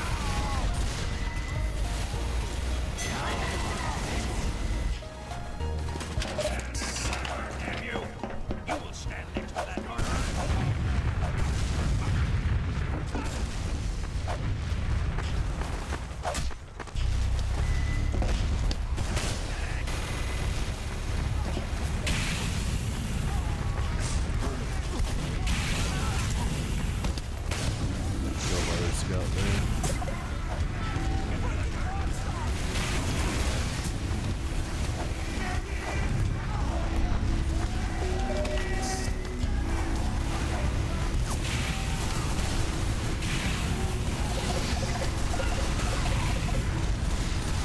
Go.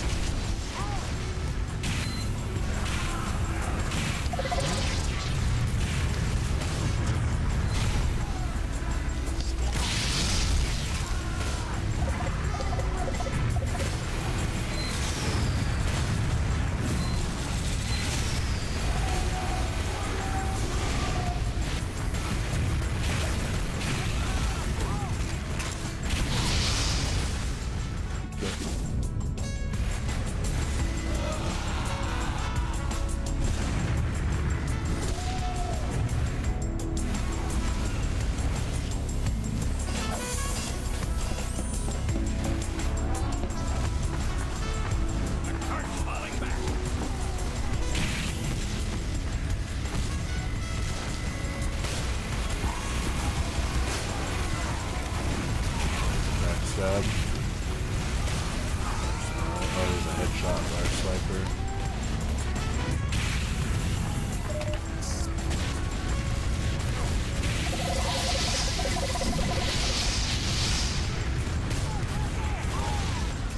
Good kill.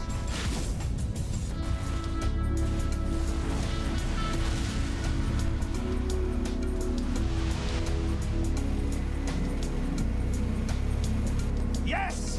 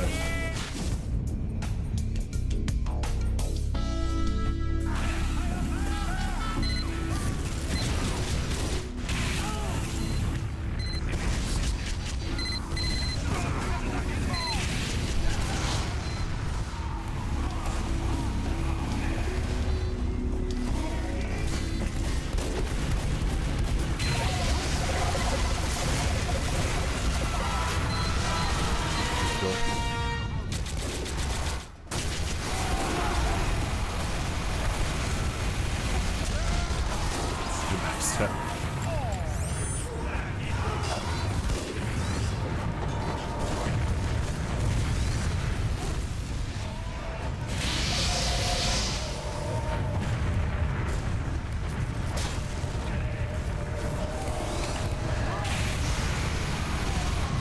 Go.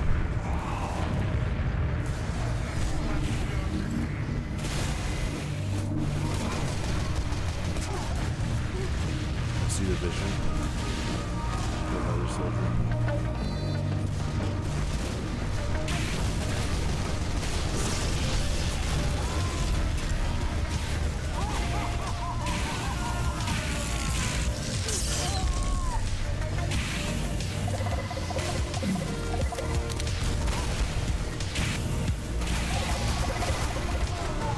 Nice.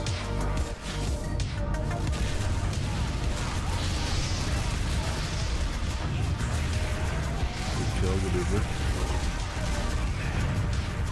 Kill.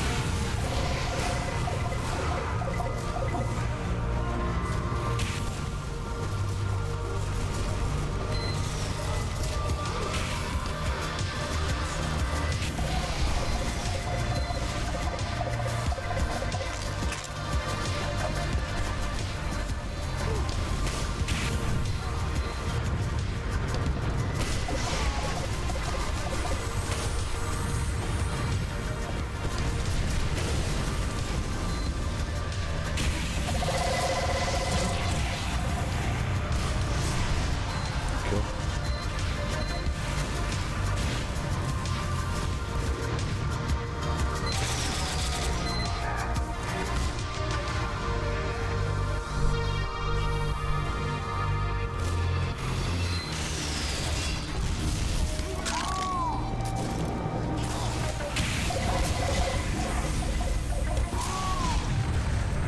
Good kill.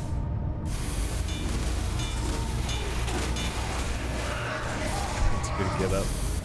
Nice, good kill. Good dispenser spot. Good nest overall there too.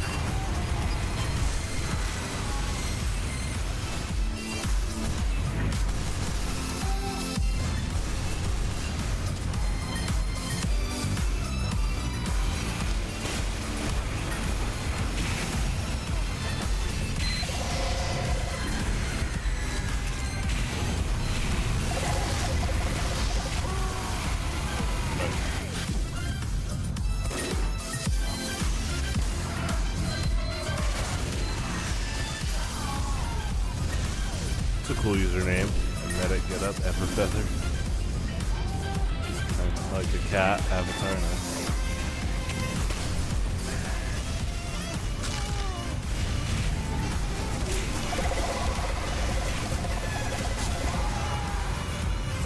Nice.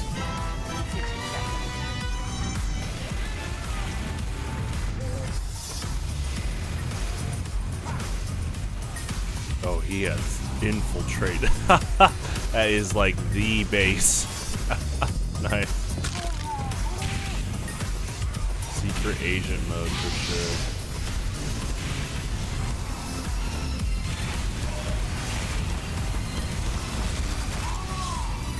Good kill. Looks like he got the teleporter. That is a big factor in stopping like pub pushes. It's killing Ubers, killing teleporters. Huge. Just in general. I mean, those are huge throughout any game on average, but whether it's casual or competitive. 12v12, 9v9, but yeah, these last ditch pub pushes.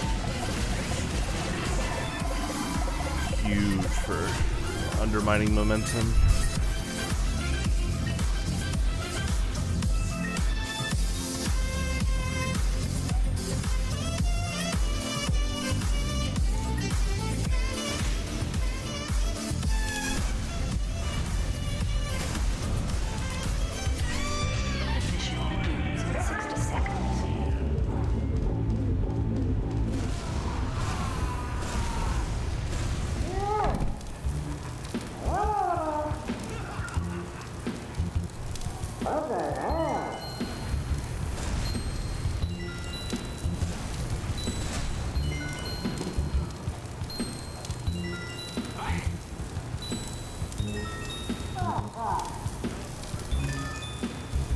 Mission begins in 30 seconds.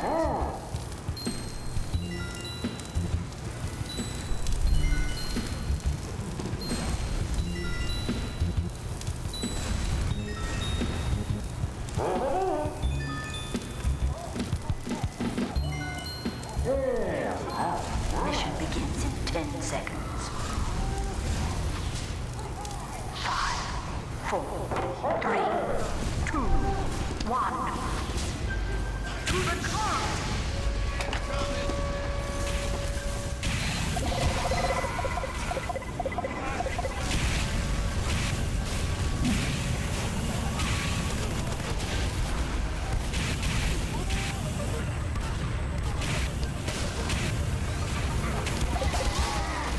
Good kill.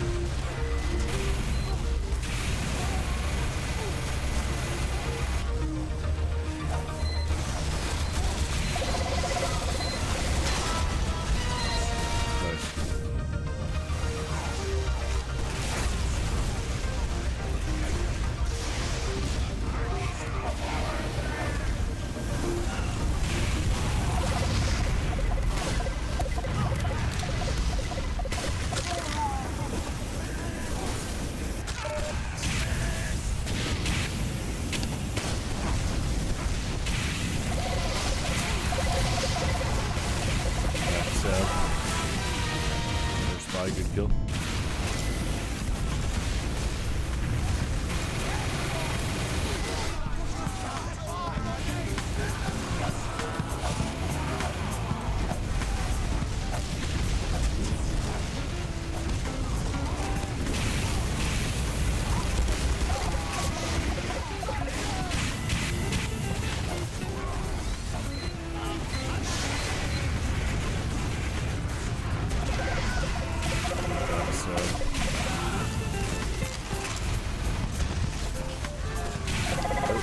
Same spy that used the revolver.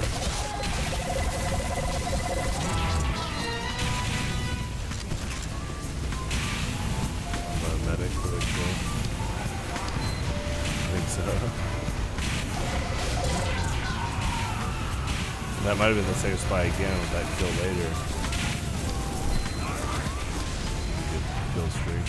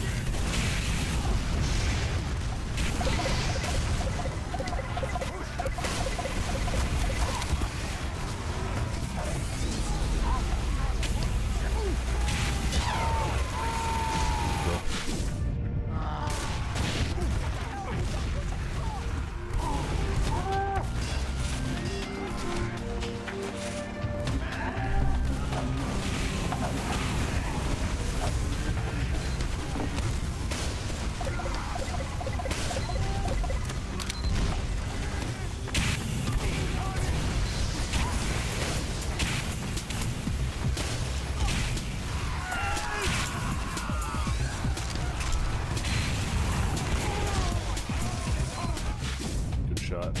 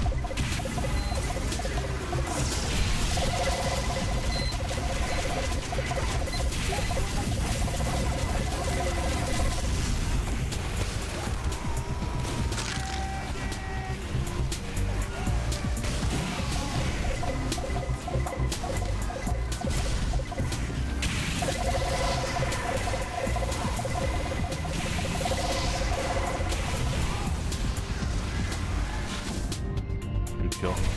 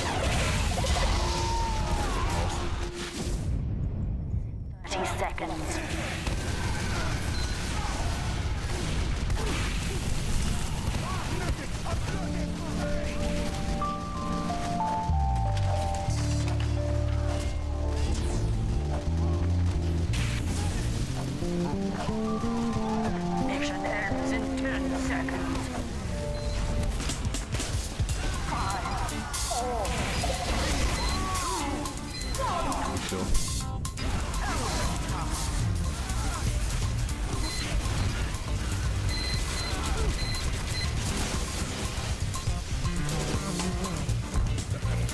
Alrighty.